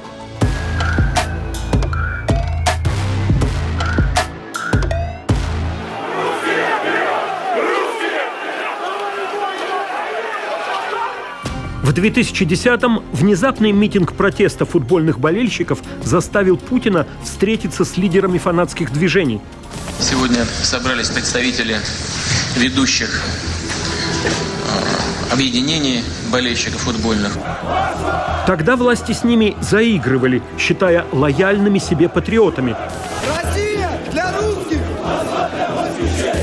К фанатскому движению стараются примазаться и поставить его под свой контроль фактически. Потом даже это самодеятельное движение решили контролировать сверху. Приняли закон о болельщиках.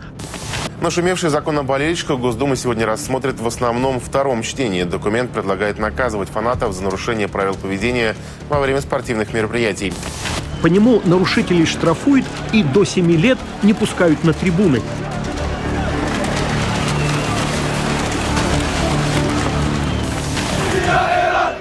На чемпионате мира в 2018-м So how has Russia been treating you so far? It's been great. The people are very friendly. They help with everything and they're very polite. опробовали цифровой паспорт и поняли, можно создать единую базу болельщиков и банить их без объяснений. Массовые отказы на заявки в Минцифры в этот же день объяснили плохими фотографиями. Но и болельщики, и журналисты, и сотрудники клубов утверждали, что в понедельник отклонялись все заявления.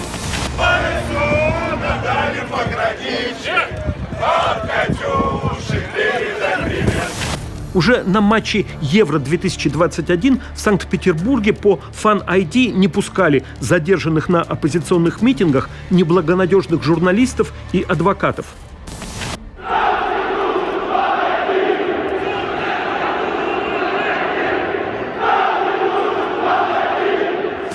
С лета 2022-го Fan-ID обязателен на стадионах Сочи, Самары, Ростова-на-Дону, Екатеринбурга и Нижнего Новгорода.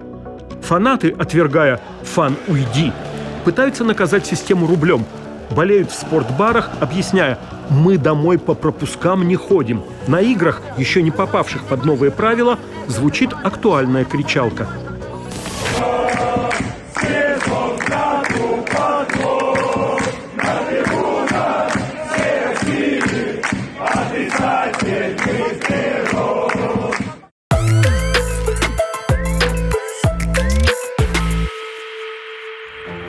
Подготовку к чемпионату мира по футболу 2022 года в Катаре сопровождали обвинения в коррупции при выборе страны-хозяйки.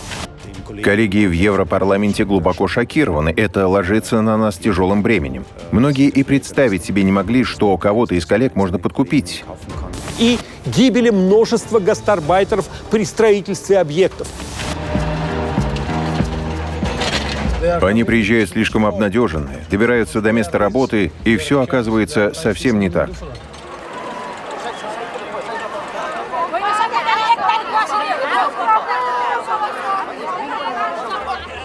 Часть арабских государств после разрыва своих дипотношений с Катаром требовали от ФИФА переноса первенства из этого пристанища террористов.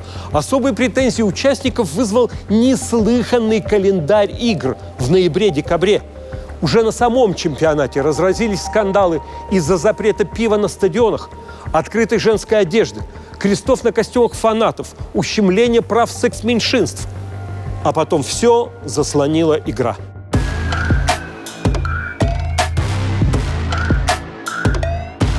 Уже 5-й чемпионат с 2006 года. Мир решает, кто круче. Португалец Криштиану Роналду или аргентинец Лионель Месси. Рекламное фото накануне. Кумиры за шахматной доской. Ничейная партия. Капитаны своих сборных – лучшие футболисты современности, завоевавшие все мыслимые награды, но не главный трофей. Сборная Португалии вылетает в четвертьфинале, проиграв 0-1 команде Марокко. 4-е место марокканцев – лучший в истории результат для футболистов из Африки. Бронза у хорватов. А в финале фавориты букмекеров аргентинцы встречаются с нынешними чемпионами – французами. В этом суперматче Месси забивает 2 гола, а французский нападающий Мбаппе – 3 гола. Невероятный уровень игры. После основного и дополнительного времени счет 3-3. По пенальти 4-2. Выигрывает Аргентина.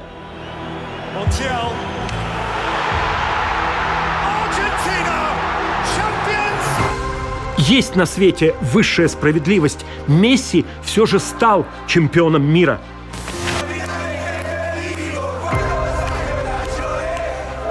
Мбаппе? Где этот Мбаппе? А где Месси с Кубком мира? Мы, аргентинцы, привыкли страдать, но не настолько же. Я думал, у меня сердце из груди вырвется. Мы заслужили победу. Аргентинцев не любим.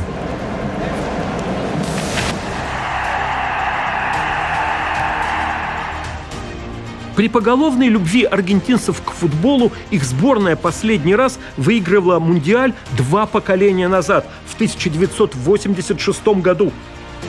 Аргентина коронует чемпионов мира. Теперь долгожданную победу на улицах Буэнос-Айреса празднует больше 1 миллиона человек.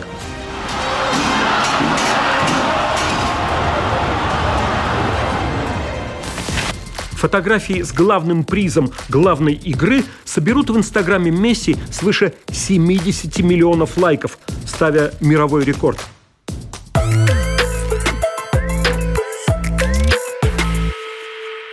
Итоги чемпионата мира возобновили дискуссию о вкладе Месси и Роналду в историю мирового футбола.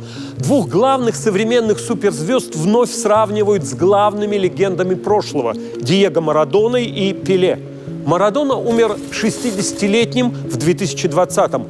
82-летний Пеле уходит из жизни 29 декабря 2022-го.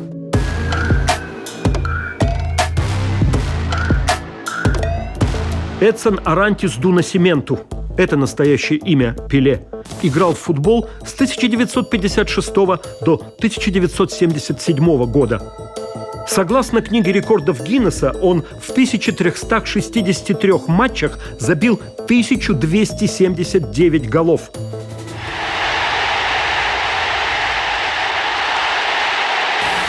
Чемпионом мира впервые стал в 17 лет, в 1958-м. Тогда в финале Бразилия победила Швецию 5-2. Пеле забил 2 мяча. Правительство Бразилии объявило Пеле национальным достоянием, таким образом запретив покупку игрока иностранными клубами. Отец говорил, мужчина должен быть сильным, мужчины не плачут. А потом сборная Бразилии проиграла, и я увидел, что он плачет. И я сказал: папа, не переживай, я выиграю для тебя Кубок мира, не волнуйся. Мне было 9 лет. Со сборной Родины Пеле побеждал на первенствах мира еще в 1962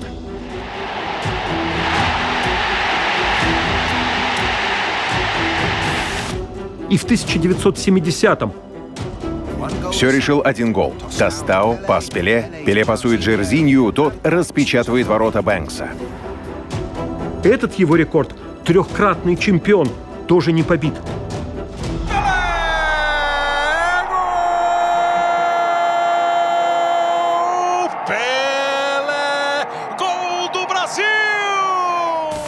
В последнем своем финале на Мундиале, когда бразильцы победили Италию 4-1, Пеле забил первый мяч и сделал 2 голевые передачи. Вторую считают шедевром в ее как бы неторопливости и совершенном тайминге.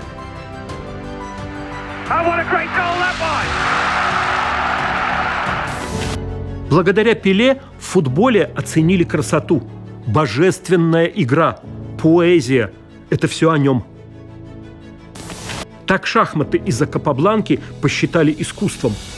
Как раз с 1970 года трансляции чемпионатов мира пошли в цвете, и матчи, выглядя настоящим шоу, еще более популяризировали игру.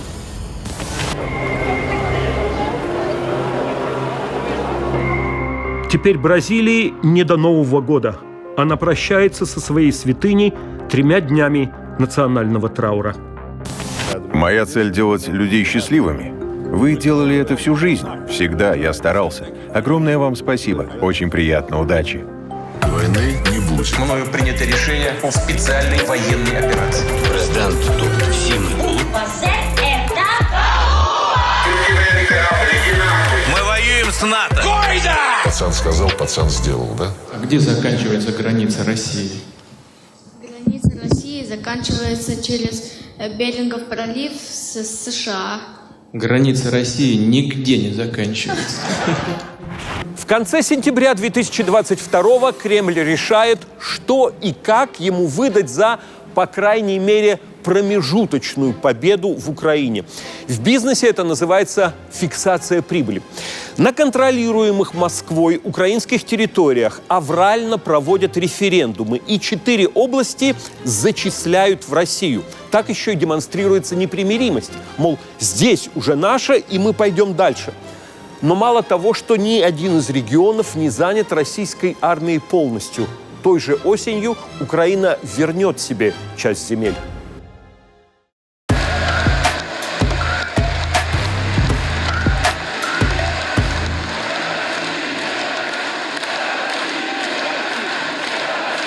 В наши планы не входит оккупация украинских территорий. Мы никому и ничего не собираемся навязывать силой. Никто не собирается оккупировать Украину. Цель операции объявлена открыто. Демилитаризация и денацификация. Начиная войну, отказывались от аннексий. Явно ждали, что вся Украина упадет к ногам. В горячей войне мы Украину победим за 2 дня. Чего ее побеждать-то, господи, Украина. Потом затягивали референдумы, чтобы сперва захватить побольше, и уж тогда. Озвучивали сроки: конец апреля, середина мая, 11 сентября, 4 ноября. Одна из главных целей операции – это, собственно, спасение этих республик и восстановление их государственности в границах 2014 года. Российская армия так и не вышла даже на административные границы желанных украинских регионов. Но контрнаступление ВСУ заставляет торопиться. Ну что, сограждане, поздравляю! На этой неделе Донбасс возвращается домой. 20 сентября вдруг объявляют: 5-дневное голосование начнется через 3 дня. И решаем, что должен пройти референдум этот. И чем быстрее, тем лучше. Чем быстрее дадут тепло, воду, газ, это будет очень хорошо. Неужто ожидали, что украинская армия не пойдет на территории, объявляемые теперь российскими? В ДНР и ЛНР, чью независимость Москва признала еще в феврале, вопрос референдума сразу о вхождении в состав России. Избирательная комиссия готова принять ваши голоса прямо возле вашего дома. Частью занятой Херсонской области объявляют оккупированный кусочек Николаевской, а в Запорожской области не взята даже столица, город Запорожье, но за него смело решают, где ему быть. В одном вопросе сразу 3 пункта. Вы за выход из Украины, образование самостоятельного государства и вхождение его в состав России, да или нет? Вариант «остаться в Украине» даже не предусмотрен.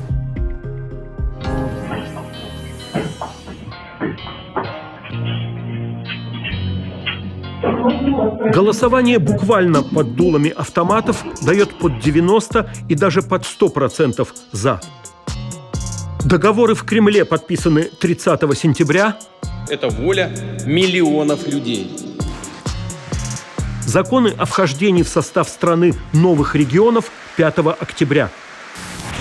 Пропаганда еще с весны повторяла «Россия здесь навсегда» и теперь чертит новые карты державы. Отныне люди, живущие в ДНР, ЛНР, Херсоне и Запорожье, стали нашими согражданами навсегда. И Путин попросил это запомнить всех. В первую очередь киевский режим и его заокеанских хозяев. Карта России теперь выглядит вот так. С сегодняшнего дня наша великая Россия стала больше официально. На следующий день после кремлевского оформления аннексии украинцы возвращают себе стратегически важный Лиман в Донецкой области. 1 жовтня розгортаємо наш державний прапор, встановлюємо на нашу землю. А 11 ноября, не в силах удерживать плацдарм на правом берегу Днепра, российские войска оставляют Херсон. Единственный занятый ими в 2022-м областной центр Украины. Мы в Херсоне. Вот это вот делать. Любим вас!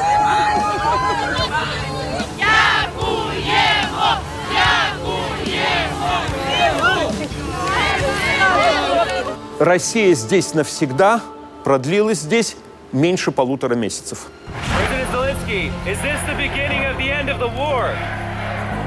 You see our strong army. We are step by step coming to our country, to all the temporary occupied territories.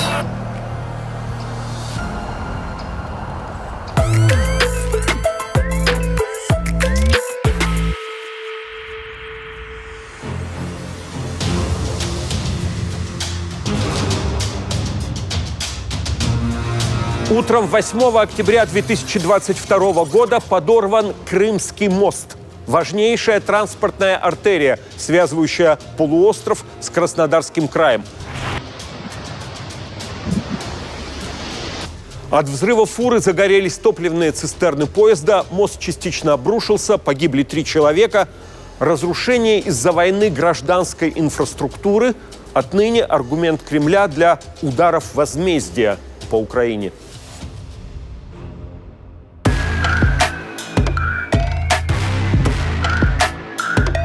Вооруженные силы Российской Федерации продолжают специальную военную операцию. До сих пор новости о диверсиях, обстрелах российских пограничных территорий и нефронтовых потерях пропаганда подавала сдержанно. В случае, если что-то подобное произойдет, для них всех там одномоментно наступит судный день. Затевая войну, не предполагали, что Украина может бить в ответ не только в зоне боев. Удар по Крымскому мосту очень чувствительный.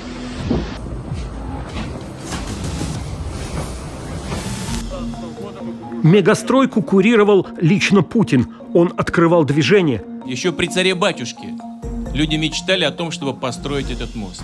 Символ возвращения Крыма в родную гавань подорван на утро после 70-летия президента, а готовили теракт явно на юбилей. Фура непредвиденно задержалась. В подготовке теракта участвовали 12 человек, 8 из них уже задержаны. Украина не берет на себя ответственность, хотя тон комментариев «по делам вам». Сьогодні на території нашої держави був непоганий і більшою мірою сонячний день. На значній території близько 20 градусів тепла і сонця. На жаль, в Криму було хмарно, хоча і теж тепло. Но западные спецслужбы подтверждают украинский след, и Путин уязвленно говорит о коварной диверсии. Фура шла даже со стороны Кубани.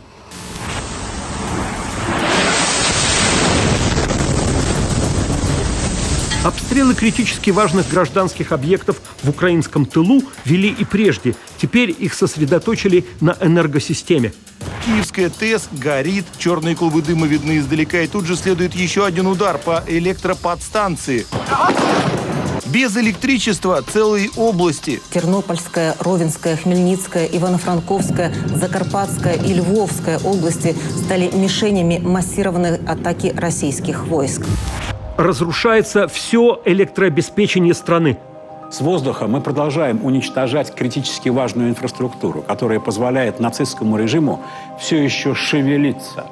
Пусть со все большими перерывами, но пока еще пользоваться электричеством и связью, отапливать города, пользоваться водопроводом и канализацией. Свет, тепло, связь везде с большими перебоями. Надеемся на свет, конечно. Хотя бы свет. Уже більш нічого. Хоч би зайти в хату та роздіться, а то ходиш на тут, там щось лежить, там погано, конечно. Вот сейчас много шума по поводу наших ударов по энергетической инфраструктуре соседней страны. Да, мы делаем это. Но кто начал? Кто ударил по мосту, по Крымскому? Войну это не остановит, а беспилотники или, может, даже украинские диверсионные группы продолжат атаковать военные аэродромы и нефтебазы в сотнях километрах от фронта. В Курской, Калужской, Орловской, Псковской областях, под Саратовом и под Рязанью.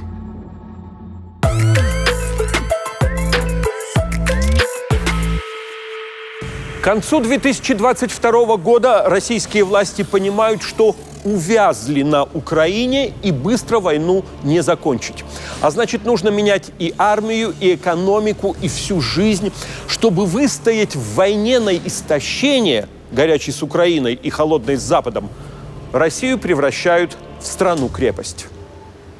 Это был год трудных, необходимых решений, важнейших шагов к обретению полного суверенитета России и мощной консолидации нашего общества.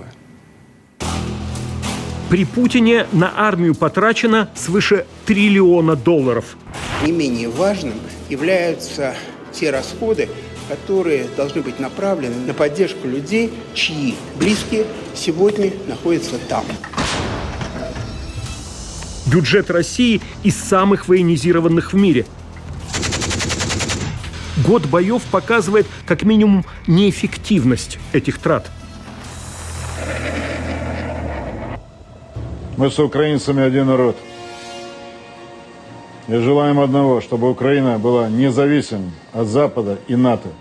Осенью должность командующего армейскими группировками в Украине впервые делают публичной. Генерал армии Суровикин. Мы не стремимся к высоким темпам продвижения. Бережем каждого солдата. Методично перемалываем атакующего противника. Назначенца шумно хвалят горячие сторонники войны, но он продержится на этой должности 3 месяца. Понимаю, что это очень непростое решение. В то же время мы сохраним самое главное – жизни наших военнослужащих. Вообще было видно, сколь переживает генерал Суровикин, предлагая оставить правый берег в Херсоне, отвести наши войска на левобережье. Сергей Шойгу сегодня назначил новое руководство специальной военной операции на Украине. Новым командующим станет по совместительству глава Генштаба Герасимов. Уж выше некуда. Для встречи слева! На краю! В Минобороны отметили, что повышение уровня руководства специальной военной операции связано с расширением масштаба решаемых задач. Под Новый год, посредь войны, объявляют о военной реформе, невесть которой по счету. Президентом Российской Федерации принято решение по увеличению численности вооруженных сил Армию доведут до 1,5 миллиона человек, опять московский и ленинградский военные округа. Военные проговариваются, что службу хотят удлинить. Опять 2 года. Здравия желаю. Здравствуйте. Генерал Бойко. Пришли забирать вас в армию. Какую армию? Мне 52 года. Отлично. Призывной возраст подняли до 60. Кто поднял? Как кто? Президент? Граждане, призванные весной, будут служить 1,5 года, а призванные осенью 23 года будут служить уже 2 года, уйдут на службу. Поднимают призывной возраст. До 21 года. А предельный повысить до 30 лет. В аннексированных регионах окапываются войска. Там военное положение, при котором запрет митингов, забастовок и выезда за границу, военная цензура, контроль за телефонными разговорами и перепиской, возможны изъятие имущества и комендантский час. Сегодня в Белгородской области и еще 7 приграничных субъектах России президент Владимир Путин ввел средний уровень реагирования. В остальных регионах разные уровни реагирования. Особые полномочия у губернаторов приграничных с Украиной областей. Правительство вправе вводить спецрежим работы на предприятиях и принуждать бизнес к госзаказу. Оказывается, вот что можем повторить. Все для фронта.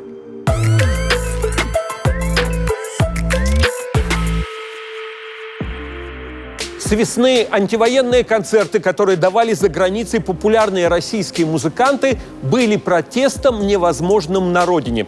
Репертуар еще обновиться не мог, и аудитория релокантов ждала того, что слышала дома. Со второй половины года лидеры жанра выпускают треки про свой сегодняшний день. Успевает даже выйти один альбом целиком про 2022.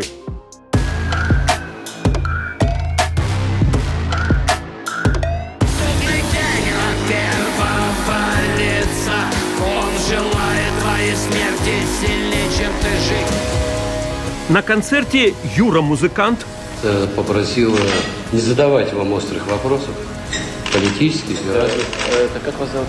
Юра Шевчук, да. Юра. Музыкант. Юра, это провокация. герой давней полемики с Путиным, разовьет свою мысль про первое лицо.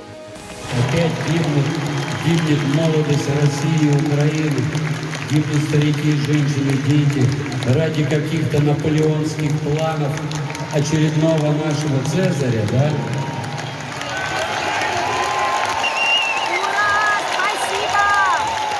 Родина, друзья, это не жопа президента, которую надо все время мусолить, целовать. Родина – это бабушка нищая на вокзале, продающая картошку. Шевчука, почти единственного протестующего артиста, который не уехал из России, суд оштрафует за дискредитацию. Шевчука Юрия Юлиановича признать виновным в совершении административного правонарушения. Получается, признав родину жопой.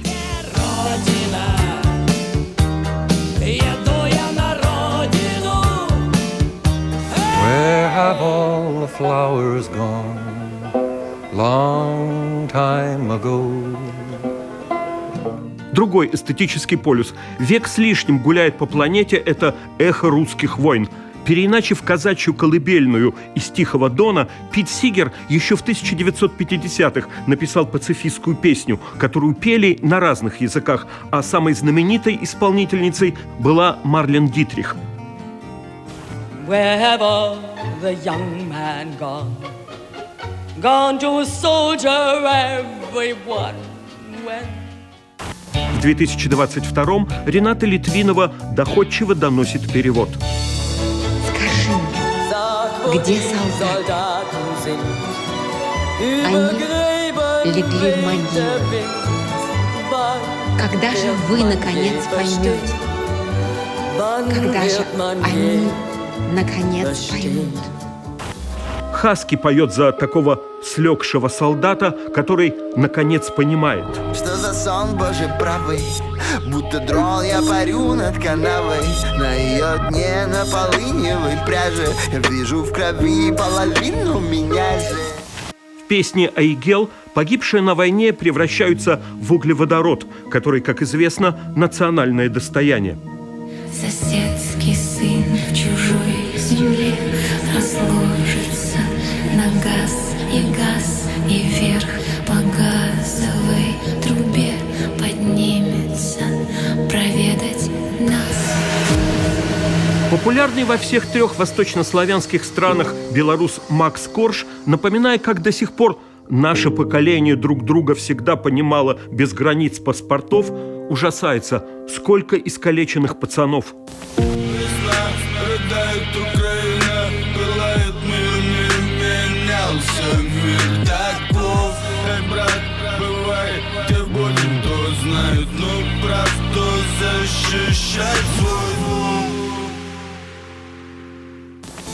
В мае, сразу после сражения в Мариуполе, о разбитом городе поет Земфира.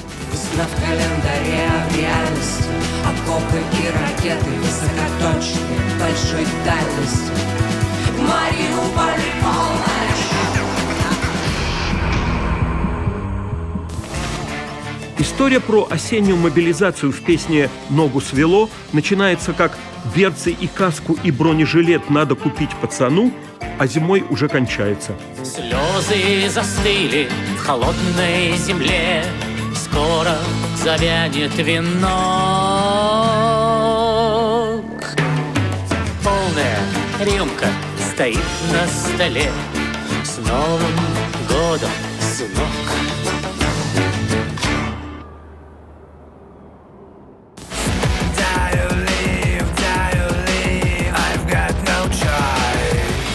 «Умирай или уезжай» – выбор поколения в клипе «Little Big».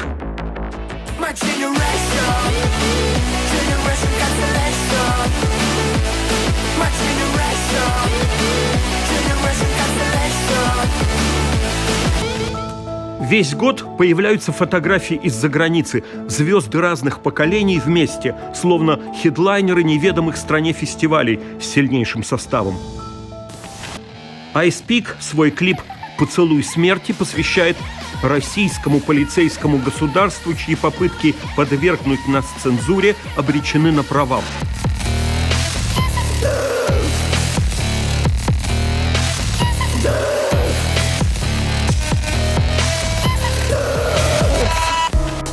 Влади из «Касты» выпускает на редкость цельный альбом «Длится февраль».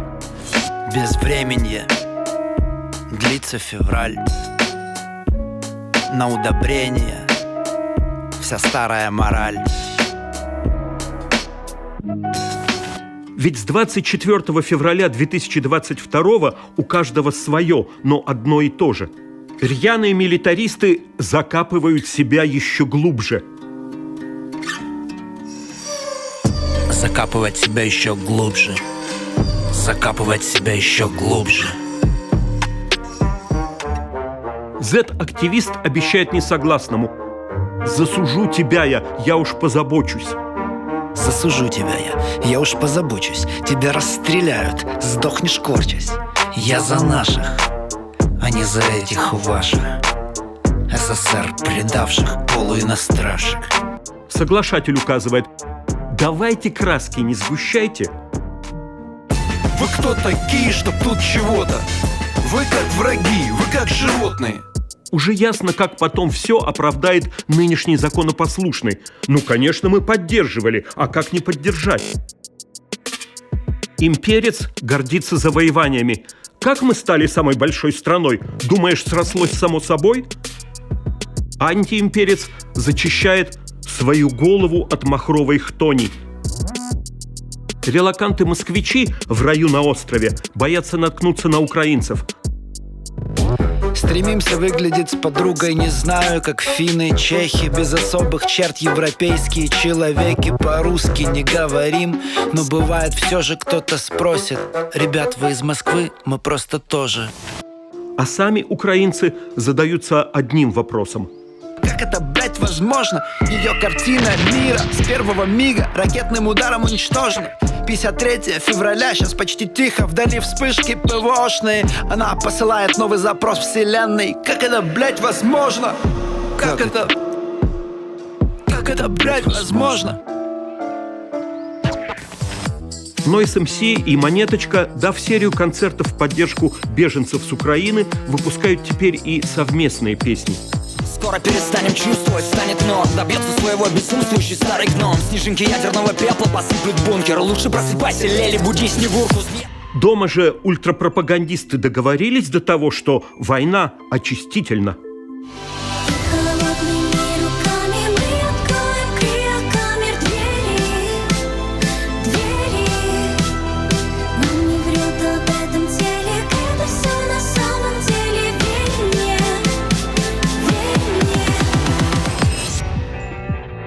У Нойза в сольном треке «Страна дождей», клип с субтитрами на литовском языке нынешней страны проживания. Что же ты сбежал, что ж ты не пошел? Против космонавтов с калашами, босиком да голышом. Полный набор обвинений, предъявляемый ныне россиянам за границей. Самые тяжкие от украинцев. Что ты нам там мямлишь про детей? Похую на них. Те, что под обстрелами погибли, чем хуже твоих. Хочешь стать хорошим русским, полежи в гробу. Не хватайся за шасси, свергай талибов, поезжай в Кабул. Приманка — это я-то, чертели сверх идей. Говорят, начни с себя, я убил в себе империю. Чуть не единственная протестная песня 2022 в мажоре «Ойда» Оксимирона, который убивает в себе империю даже в виде татуировки. На нашем флаге белый снег и синяя река. Эстрада больна, рядом война. Пляшут канканцы, говна, пирога. Ради этого клипа автор на несколько дней рискованно возвращается на родину, где Под горой кает старый гном, старым кадыком нас пугает ядерным грибом. Вскоре после ролика Оксимирона признают иноагентом, только добавляя пиара опусу. Фанаты не забывают о трубадуре. Передаю привет СК и прокуратуре. Воздушный поцелуй красивым кисом на обводный. Ингрия будет свободной. И опять судебный казус. За последнюю строчку вынесут приговор как за сепаратизм. Мол, разве возможна свобода в Петербурге и окрестностях в составе Российской Федерации?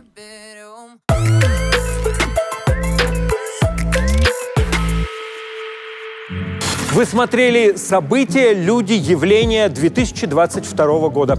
То, без чего нас невозможно представить. Еще труднее понять. Впереди новые годы и новые серии. Ожидайте. Счастливо. И продолжатся 20-е годы без мутящих воду и чуждых народу паднических поэтов. От лишних карт зачистят колоду шестерки, сексоты.